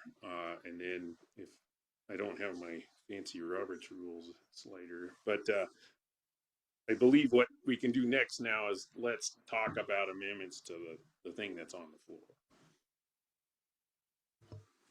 Well, Mr. Chair, if you're asking for an amendment, I wasn't prepared for coming up with language, but I certainly want to, I would certainly like to see that order provide some finite direction to deal with the ultimate consequence of the effect of the decision. And it basically deals with what I perceive to be the inability of a check in that amount to be written immediately. And if it can't be written immediately, how does that $400 million get transferred back to Topco? That causes a problem. And well, we can sit here. One more time and you will be disrupting a public meeting and you'll be asked to leave. The ultimate burden is going to be ultimately borne by the very ratepayers that we're trying to protect. And it may not be with this financing because we're trying to absolve the ratepayers of having to bear that, but that interest rate increase is going to continue. The risk associated with this, with dealing with TXNM, is going to cause an increase in the interest rates that it will be able to borrow money at. There will be a time in the future when PNM needs to go to the bank and borrow some money to buy something that we know is coming down the line, whether it's generation facilities, storage facilities, transmission.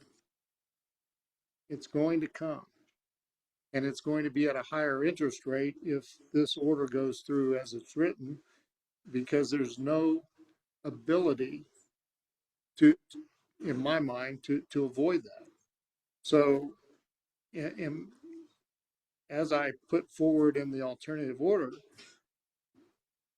we have the opportunity to approve that transaction today.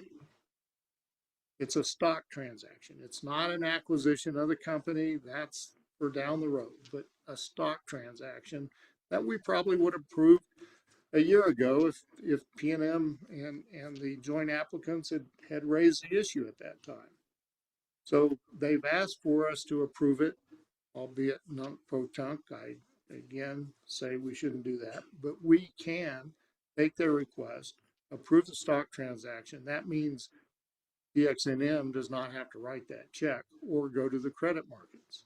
And Topco will be reissued shares of stock as a result of our acceptance of that request.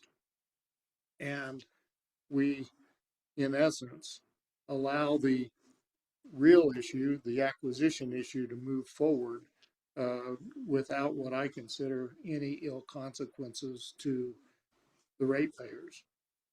Impose the penalties that are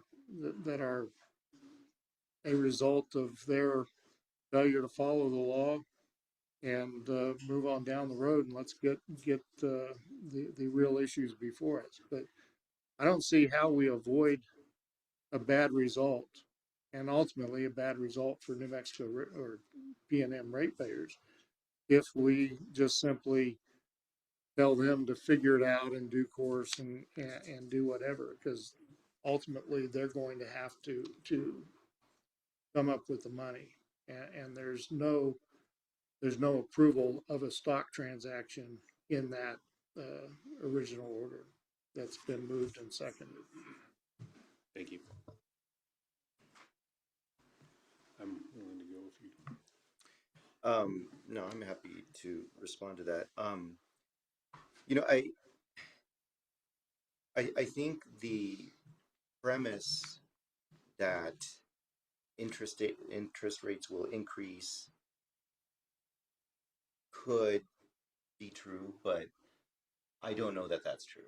And I think at this point I err on the side of that is speculative. And so I can't make a decision based on that premise. I go back to what I said earlier, that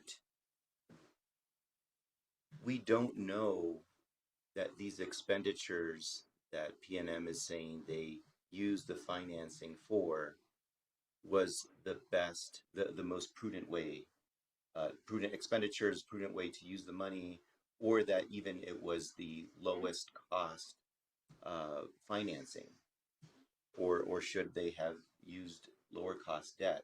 And we're not directing here exactly how they need to undo it.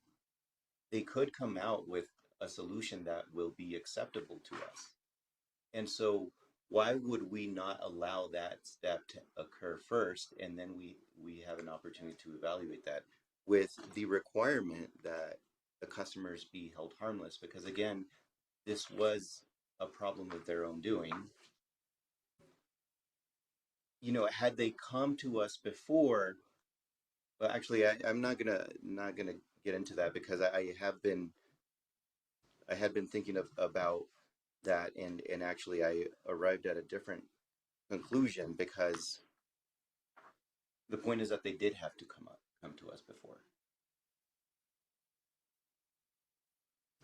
I'll stop there, Mr. Chair. Yeah, no, again, I very much hear the problem you're hoping to avoid, Commissioner Nybert, and I understand the mechanics of it.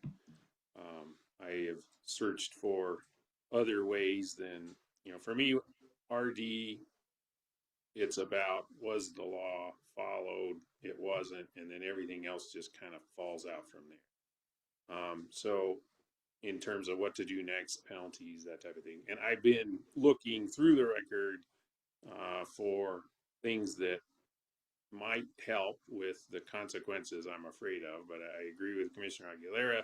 Right now, it's been presented as something to be afraid of. It is, we don't have anything that we know for certain. We have belief and probably a good guess, but so anyway, where I got to in all that is just my job as regulator, and the utilities that are regulated by regulators, because they have this special arrangement that's called regulatory compact. And the only way regulatory compact works is if the utilities follow the law. So that's why I also know stay in my lane. I'm a regulator, right? So we're trying to move forward with clarity and decision so that business can happen, so that utility service can evolve, can improve, can progress. So the value here today is make a decision. And then for me, the principle that I had to stand on is you got to follow the law, or else regulatory compact doesn't work. So that's where I'm at with the consequences. And then the stay in my lane is, again, I don't know what's going to happen after this meeting. It could be drastic consequences financially. It also could be we're not the last word on this, so I don't know what the applicants are going to do. One of the ideas that I would like to talk about as an amendment to the order that's on the table is inserting a requirement for response from the joint applicants to provide a notice identifying what they intend to do next. Because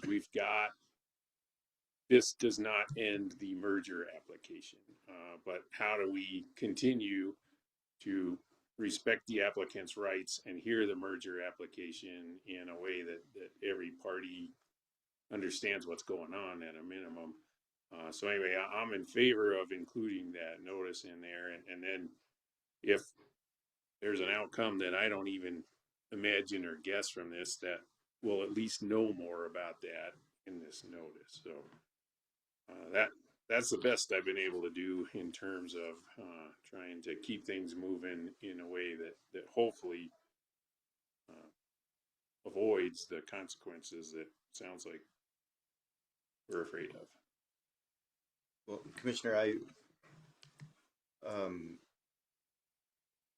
would not be in. I am not in favor of including that additional requirement because the applicants need to go back and figure out exactly how this undoing the transaction, what impact it has. And I don't think that they're going to be able to do that. I think if we give them just a few days, we already know what they're going to say. They've said that in their pleadings already, that they think this has no impact at all.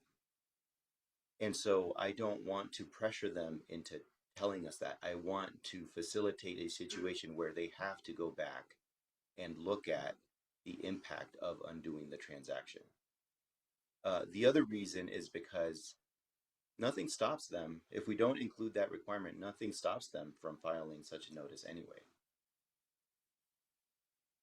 Yeah, to me, the value of the notice would be, we've delegated this case to hearing examiners, and anytime we can provide guidance to hearing examiners that will help them with a thorny question, we should. But I hear what you're saying. It's unclear whether that notice will make things more clear or not. Mostly what I heard was mostly because of the deadline on the notice, right? But let me just active listening here. What I think I heard you say is the goal of the notice will shake itself out naturally. But that also means it'll be up to the hearing examiners to manage procedural schedule from here. Yes. Okay. Commissioner Nyberg, did you have anything? I've given you my only thought, and I'm not going to make that motion because I can read the tea leaves. But if you want to make a motion for yours, then we can certainly consider that. I'm not adverse to what you were saying. Ms. Lecoq, did I describe the situation correctly, that if unamended, the order that we have on the table in front of us will leave it up to hearing examiners for what to do next? Yes, Commissioner, yes, I believe that's right. Okay.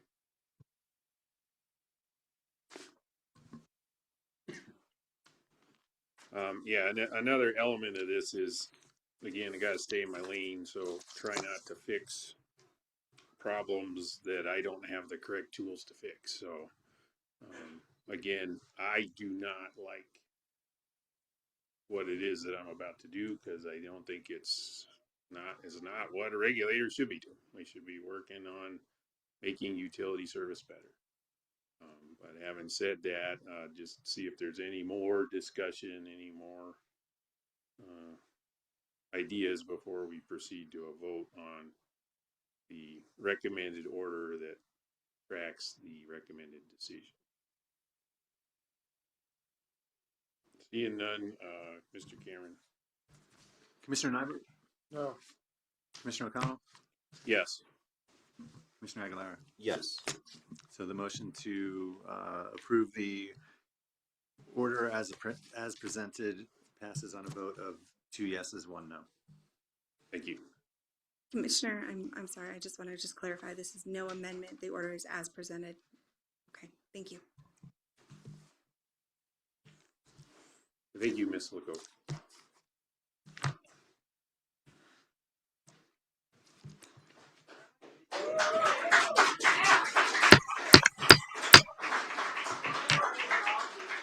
Okay, so next item on the agenda is case number 2600095. That is the. For every decision you make. I will volunteer to give money. Remember who you represent. You on the left, right? Never amount to what we are worth. Shame on you, Brad. next up is case number 26000. You are disrupting. I do not care. You are out of control. Yeah, so just a pro tip, if you're trying to convince the commission to do something, that's not the way to go about it.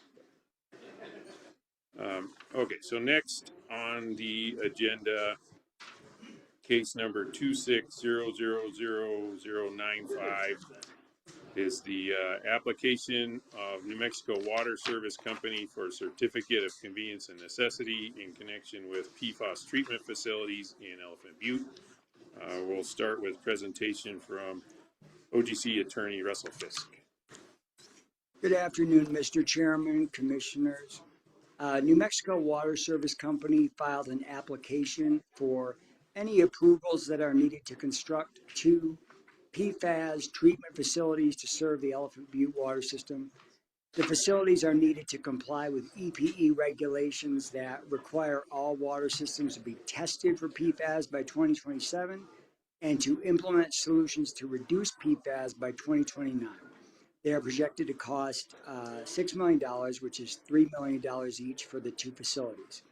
The New Mexico Finance Authority has agreed to provide up to $10 million in a forgivable loan to the water company, and the commission approved the water company's acceptance of the loan in docket number 2683.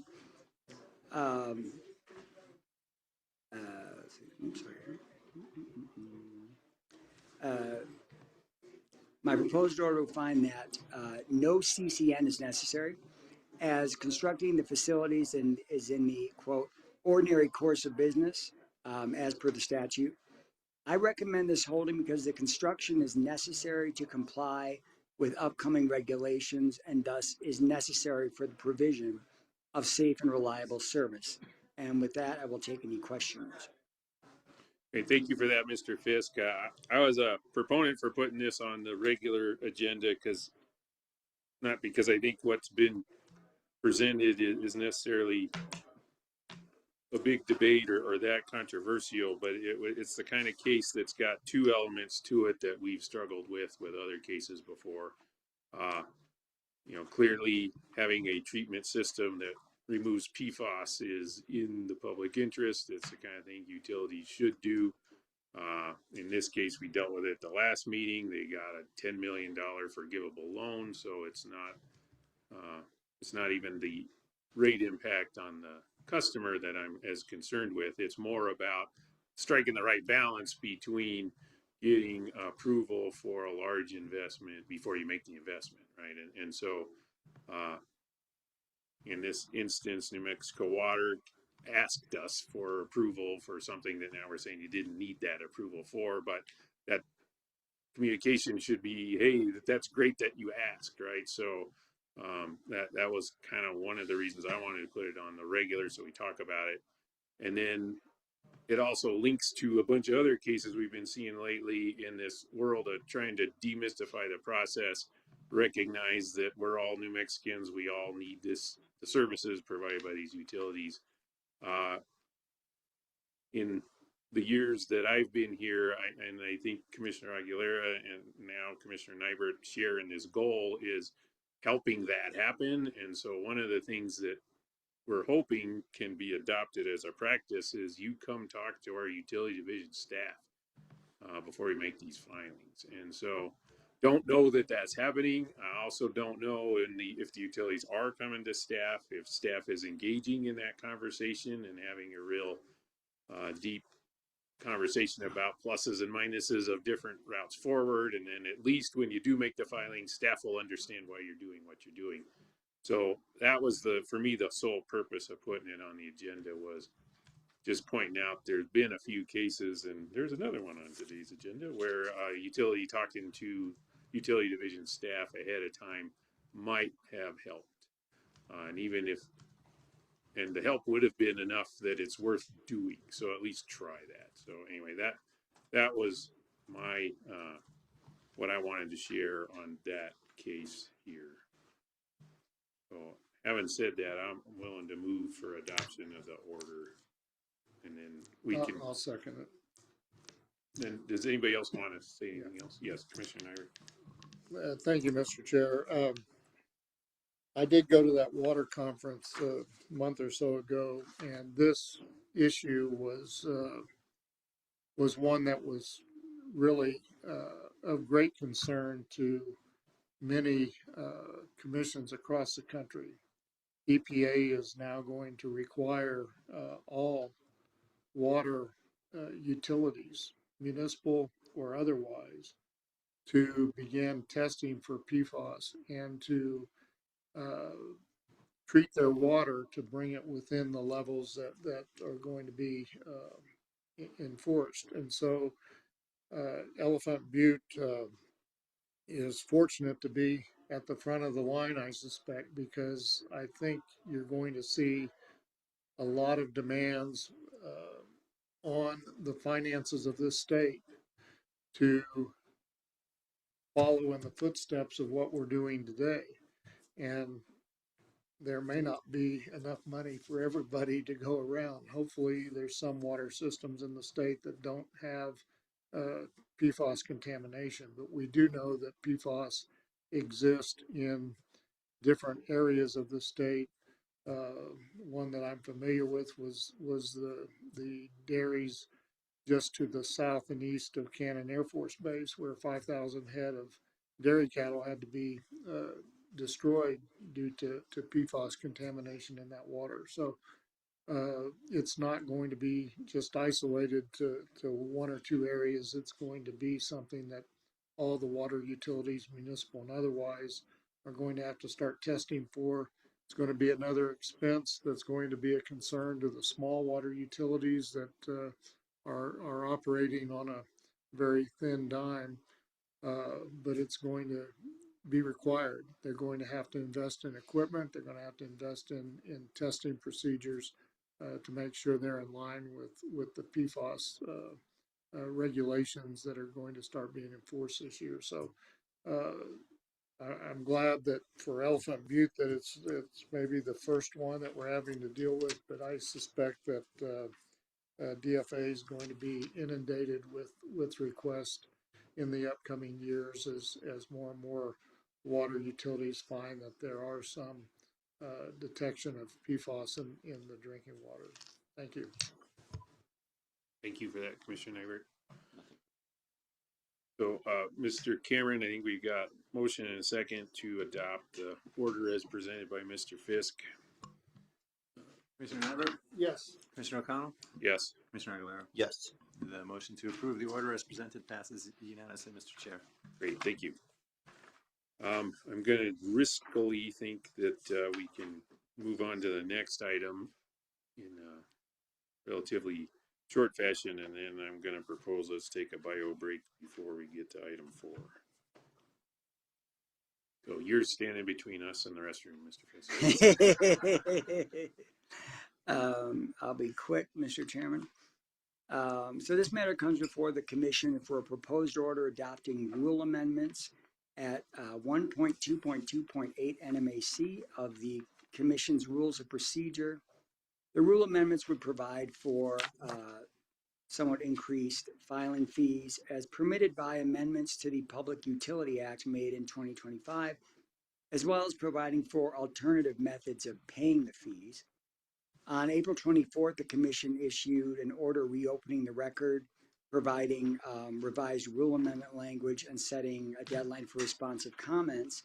In that order, the commission provided revised proposed rule amendment language in light of comments received from staff and El Paso Electric. The revised proposed rule amendment language included specific proposed fee amounts for different types of filings, including complaints, applications, and advice notices. The revised language also added a provision empowering the Commission's Administrative Services Department to allow frequent filers to use alternative forms of payment instead of being limited as they are under the current rules to paying by check or money order. In response to the order reopening record, the Commission received positive comments from staff, El Paso Electric, Southwestern Public Service Company, and New Mexico Gas Company, approving of the revised rule amendments. And in light of those positive comments, I've drafted a proposed order that would adopt the revised rule amendments that were provided in the order reopening record, with one minor change suggested by staff. Instead of empowering the Administrative Services Division to authorize an alternative method of payment, it would specifically authorize the Administrative Services Division Director. And with that, I will take any questions. And thank you for that, Mr. Fisk. And we've seen this one a few times, and it feels like we're supposed to be in there. Any discussion, comments? I'll make a motion that we approve the order adopting rule amendments in docket number 26-00005-UT. Thank you, Commissioner. I'll second that.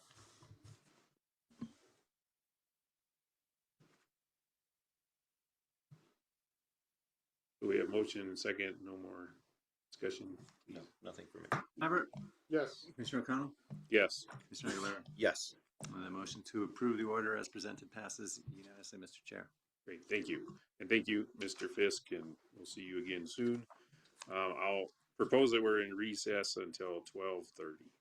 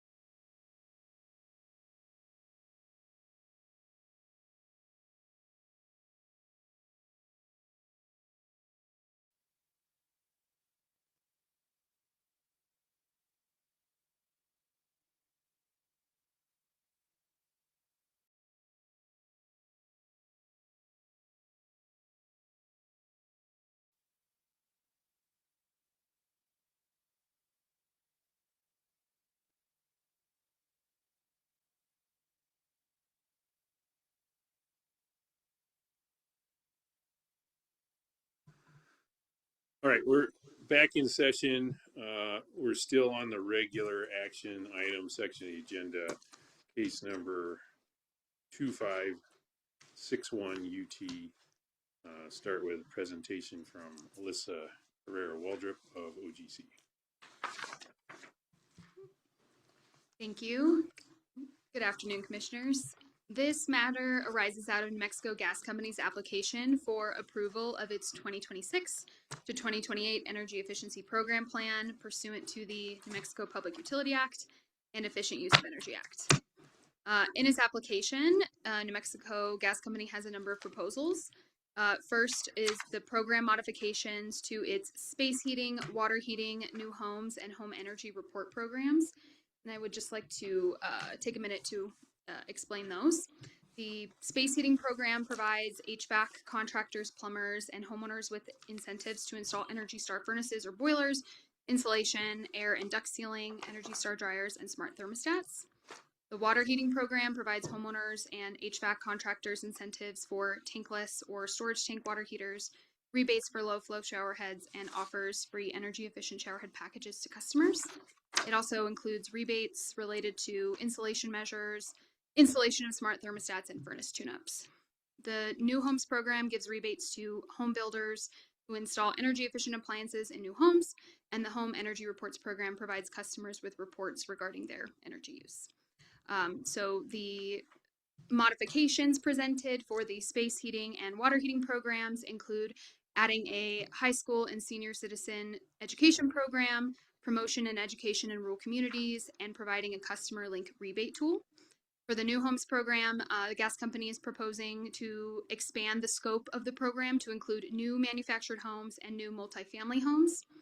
For the Home Energy Reports program, New Mexico Gas Company proposes to provide technological enhancements, which would provide customers with more personalized and useful information related to energy use. In addition to these modifications to these existing programs, New Mexico Gas Company also introduces new programs, including a single-family home offering under the Income Qualified program, which New Mexico Gas Company states will provide additional low-income customers with more expedient access to weatherization services, which is what the Income Qualified program provides. One of the programs does. And then a new agricultural program to increase rural commercial customer participation in the gas company's energy efficiency programs by providing rebates for the installation of high efficiency farm and agricultural equipment. In addition to these modifications and new programs, New Mexico Gas Company also seeks in this application approval of the budget for the 3-year plan, which is approximately $20.9 million to $21.7 million annually. And then also approval of its performance incentive rate at 6.79% of the overall portfolio costs, which is based on the gas company's most recently approved weighted average cost of capital, or WACC, and cost recovery through rate rider number 15. In the application, New Mexico Gas Company states the overall energy efficiency portfolio meets the utility cost test for each plan year and will result in therm savings. In addition to the gas company, commission staff and Western Resource Advocates participated in the proceedings. Staff recommended approval of the gas proposals with a few modifications. Staff recommends that the gas company's incentive be calculated as a percentage of the gas company's actual expenditures on the energy efficiency programs, rather than calculated from the approved budget. Staff also recommended the percentage used to calculate the incentive amount be set according to a performance-based sliding scale tied to the gas company's verified annual therm savings, with the incentive capped at that weighted average cost of capital, 6.79%. Staff also suggests the incentive should only be paid if the utility cost test is satisfied. New Mexico Gas Company asserted that it was agreeable to staff's proposed modifications.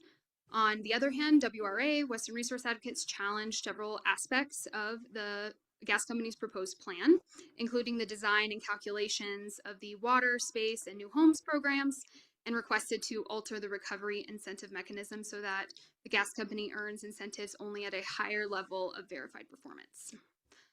This case did have hearing examiners who issued a recommended decision, ultimately recommending approval of New Mexico Gas Company's plan with staff's suggested modifications, an additional recommendation that New Mexico Gas Company provide transparent data for future plan filings. The recommended decision also denied to adopt WRA's proposed recommendations, and in response, WRA filed some exceptions to the recommended decision, which challenged several of the RD's findings. After all that, before you today is one order, which approves the gas company's energy efficiency plan for 2026 to 2028, subject to the modifications suggested by staff, and it does also address and deny WRA's exceptions. With that, I will stand for questions. Thank you for that presentation. I think I took the heavier hand in editing the order that's in front of us, so I'll go ahead and explain where I was coming from on that, and then love to hear any other comments, discussions, changes you want to see. But largely what this case was is, energy efficiency programs have been going on since at least 2007. Policy's clear. Utilities are supposed to pursue cost-effective energy efficiency. And then having worked in a utility and designed and tried to implement some of these programs, it's an interesting resource because it really depends on consumers taking an action. So you design these plans, you provide things that consumers could choose to do, and if they do it, it'll result in energy efficiency. But that's kind of more of a complicated consumer reaction than you get electricity and they pay a bill. And there was really just three parties to this case: the applicant, gas company, utility division staff, and Western Resource Advocates. Thank you all for putting your best foot forward on this case. What the order does is it pretty much adopts the application with the modifications suggested by staff. So exceptions from WRA, they made some excellent points. The order, when it was describing why some of WRA's proposed amendments weren't adopted, they included higher bars than I think needed to be in the recommended decision. So it's an interesting order because it agrees with WRA on quite a few very important exceptions, but then ultimately points out that the approval of the plan was just based on weighing of the evidence. And so that's why I started by talking about design and implementation. The two big exceptions where I think WRA was right is you do not have to show up and talk at these filing stakeholder meetings in order for us to listen to you when you intervene in a case. The other exception that I agree with WRA is, gas company, I think, went too far in saying, oh, we'd have to change the law and the rule if you wanted to adopt their incentive mechanism. I'm not sure that's true. What we did was accept the staff's modification of the applicant's proposed incentive mechanism. And then again, for me, that was, I had more confidence that the incentive mechanism was tied better to the design of the program, right? So it wasn't that WRA's proposal had no merit or that we had to move heaven and earth to listen to their proposal. It was just, in this case, working through the case and the evidence on the record, WRA didn't, and I'd say maybe they did too much in trying to change the design of the program. And by being as aggressive as they were, they pushed me beyond comfort that, hey, I know that this is a cost-effective plan, and I know that the other policy goals around low income participation are going to get addressed. And then so keep circling around on this, going back to the first comment, you don't have to participate at these stakeholder meetings for me to listen to you. That's true, but it's also a situation where, what I saw in the exceptions was WRA was framing that as, well, we chose not to say anything because we were trying to preserve our rights. So they were looking forward to the more legal adjudicated proceeding that comes after the stakeholder meeting. by doing that, they missed a huge opportunity, which is, I think they had some points to make on things like net to gross ratio and are we using the right manual? If they had brought that up in the stakeholder meeting, maybe they would have not got any purchase from the utility, but they also might have got staff on board with their idea. So then when they came to the filing, they wouldn't have been fighting that alone. So these stakeholder meetings aren't a bilateral conversation between you and your chair and the utility. It's a conversation with everybody who shows up. So, and staff is obviously an important resource in these cases. So if you go to a stakeholder meeting and choose not to talk, okay, you made that choice, but you also lost the opportunity to convince a broader audience that what you're talking about has some value. So that ended up hurting them. In terms of me thinking that I felt more comfortable with the design, with the modifications that were agreed to from staff. That's the basis for why I'm willing to vote for the final order we have in front of us today. But again, it's just another one of those situations where communication between utilities and interested parties is not great at the moment, and I'd love to make that better. But in this case, I'm siding with the applicant and with staff's reasonable modifications to the application. So that's my speech. Yeah, Mr. Commissioner. The other impact it had is this is a program that was started January 1st of this year and probably has already been partially implemented by the gas company, and yet it's July 2nd that we're finally getting to the approval process. Part of that was a result of the very thing you just talked about. The intervention added a pretty substantial delay, as I read the record, in dealing with not only their intervention, but also their exceptions that they filed to the recommended decision. It drug this thing out longer. And so maybe we need to figure out, are these types of things that we can get approved before the implementation date? Maybe we need to move some stuff up. But as I read it, it looked like it was a plan that was to go into effect January 1st, and yet we haven't provided any guidance to the utility whether it should be or shouldn't be doing the things that are in the plan. So I guess if there's some ways that we can move things up, maybe it'd be better, or maybe delay the effective date or whatever we need to do. But I just saw that as being somewhat odd. Thank you for the really good presentation. Appreciate that. And I have no additional comments on top of what has already been said. So I think we're ready for a motion. So I'll move to adopt the order that is before us. I'll second. No further discussion. Commissioner Nybert? Yes. Commissioner O'Connell? Yes. Commissioner Aguilera? Yes. Motion to approve the order in 2561 UT as presented passes unanimously, Mr. Chair. Great. Thank you. Thank you. OGC.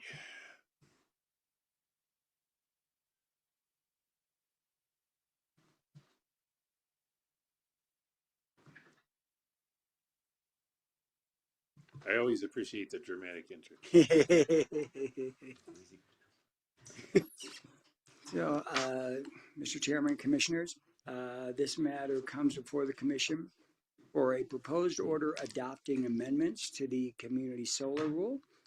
I will keep my introduction very brief, as this is the third open meeting in a row at which we have discussed the proposed order.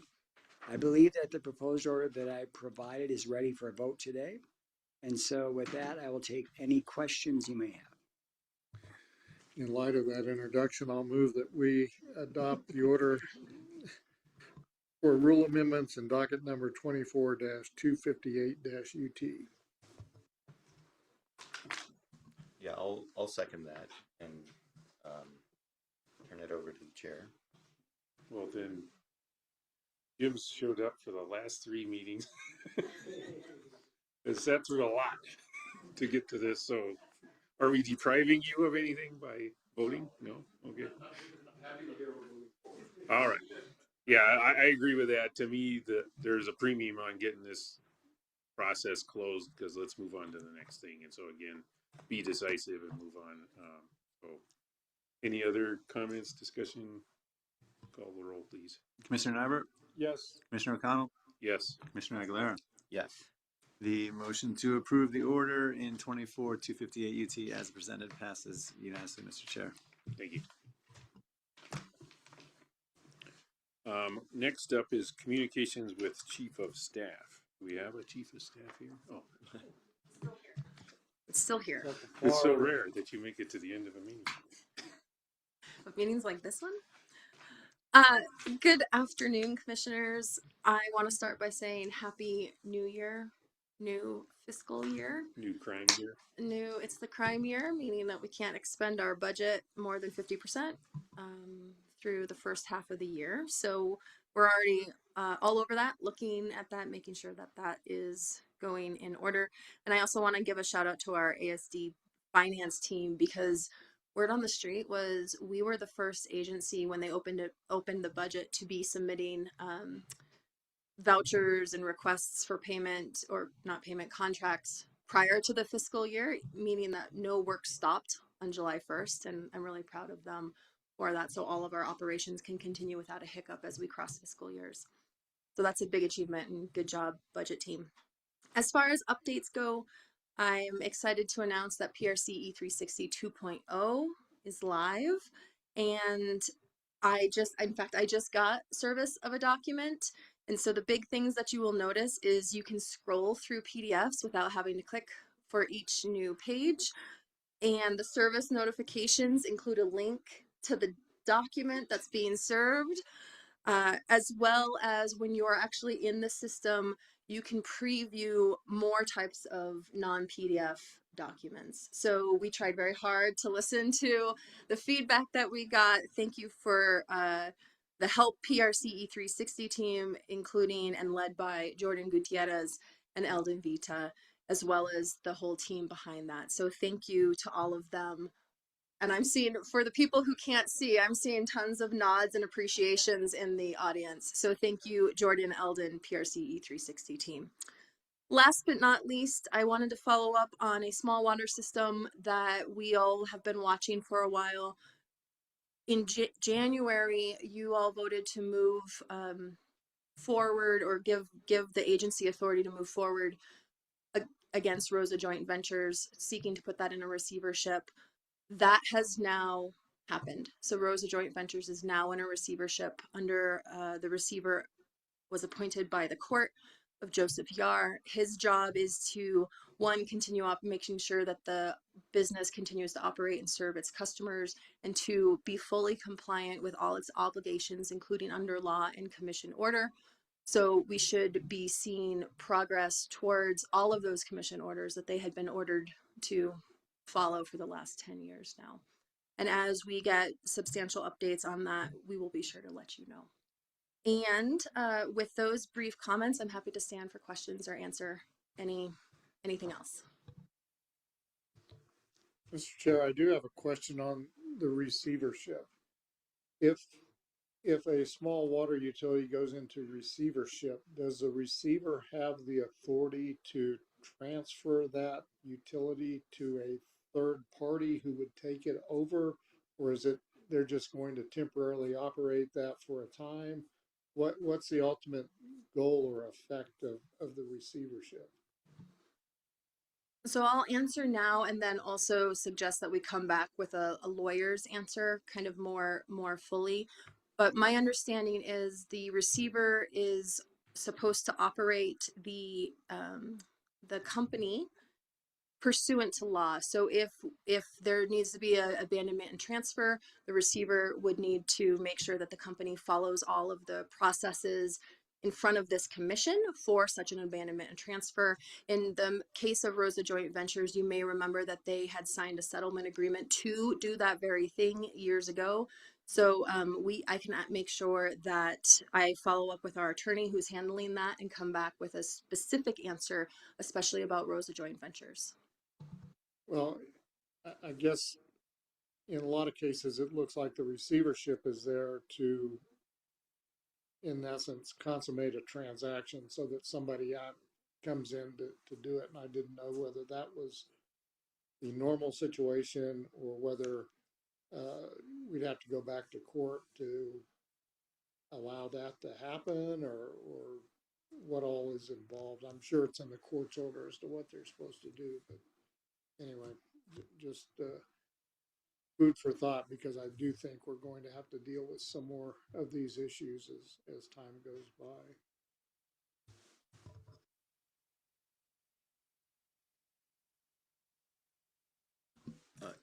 I don't have any questions on that, and since I have our communications with Chief of Staff here, I just want to take a quick moment to reset new fiscal year. We have a holiday, and I just want to thank staff for the work that you're doing. I know that we've been incredibly busy, and it has not been easy. I hope you're able to take a little bit of time this 4th of July weekend, not just to relax, but to watch some of the World Cup. And thank you for your work. Yeah, thank you both for that. And then, so new fiscal year, we did 360 version 2. Does that also unlock money for more work on E360, or am I confusing that with other things that are going on? In this new fiscal year, we don't have direct plans for more work on E360. Again, because we are limited on our expenditures or even encumbrances before December 31st, we will probably have to evaluate any additional work after the new year, the new calendar year. Okay, great. Yeah, we made the change of chair at the last meeting, and it's just an annual process for us. We're required to vote every year. I was happy that Commissioner Aguilera took that for the last year. I was happy to take it, but in the 2 weeks since then, crime year, and there's all sorts of things. But anyway, I just wanted to make sure people know that that's just something we're going to do every year, is vote on chair. And so it's not, I don't think, that remarkable that switchover happens. And then I thank you very much for your holiday wishes, and just be safe and come back with 5 fingers, please. Is all I would add to that. Anything else for Chief of Staff? Nothing from me, Mr. Chair. Thank you. Then last is communication with commissioners. I'll go ahead and get started with that. Just, I went to Northwestern University this week, the electricity dialogue, and should come as no surprise to either of you, the conversation is still dominated by large loads, and what's happening with, it's not just data centers and the different, there's 6 different types of data centers. There's also cryptocurrency, but the new word is compute load, which I guess is the word you use to cover a data center and crypto mining. And they, I was heard at NERC, they provide an interesting reliability challenge, because instead of, hey, generator tripped offline, we need all this fast ramp generation to replace it right away.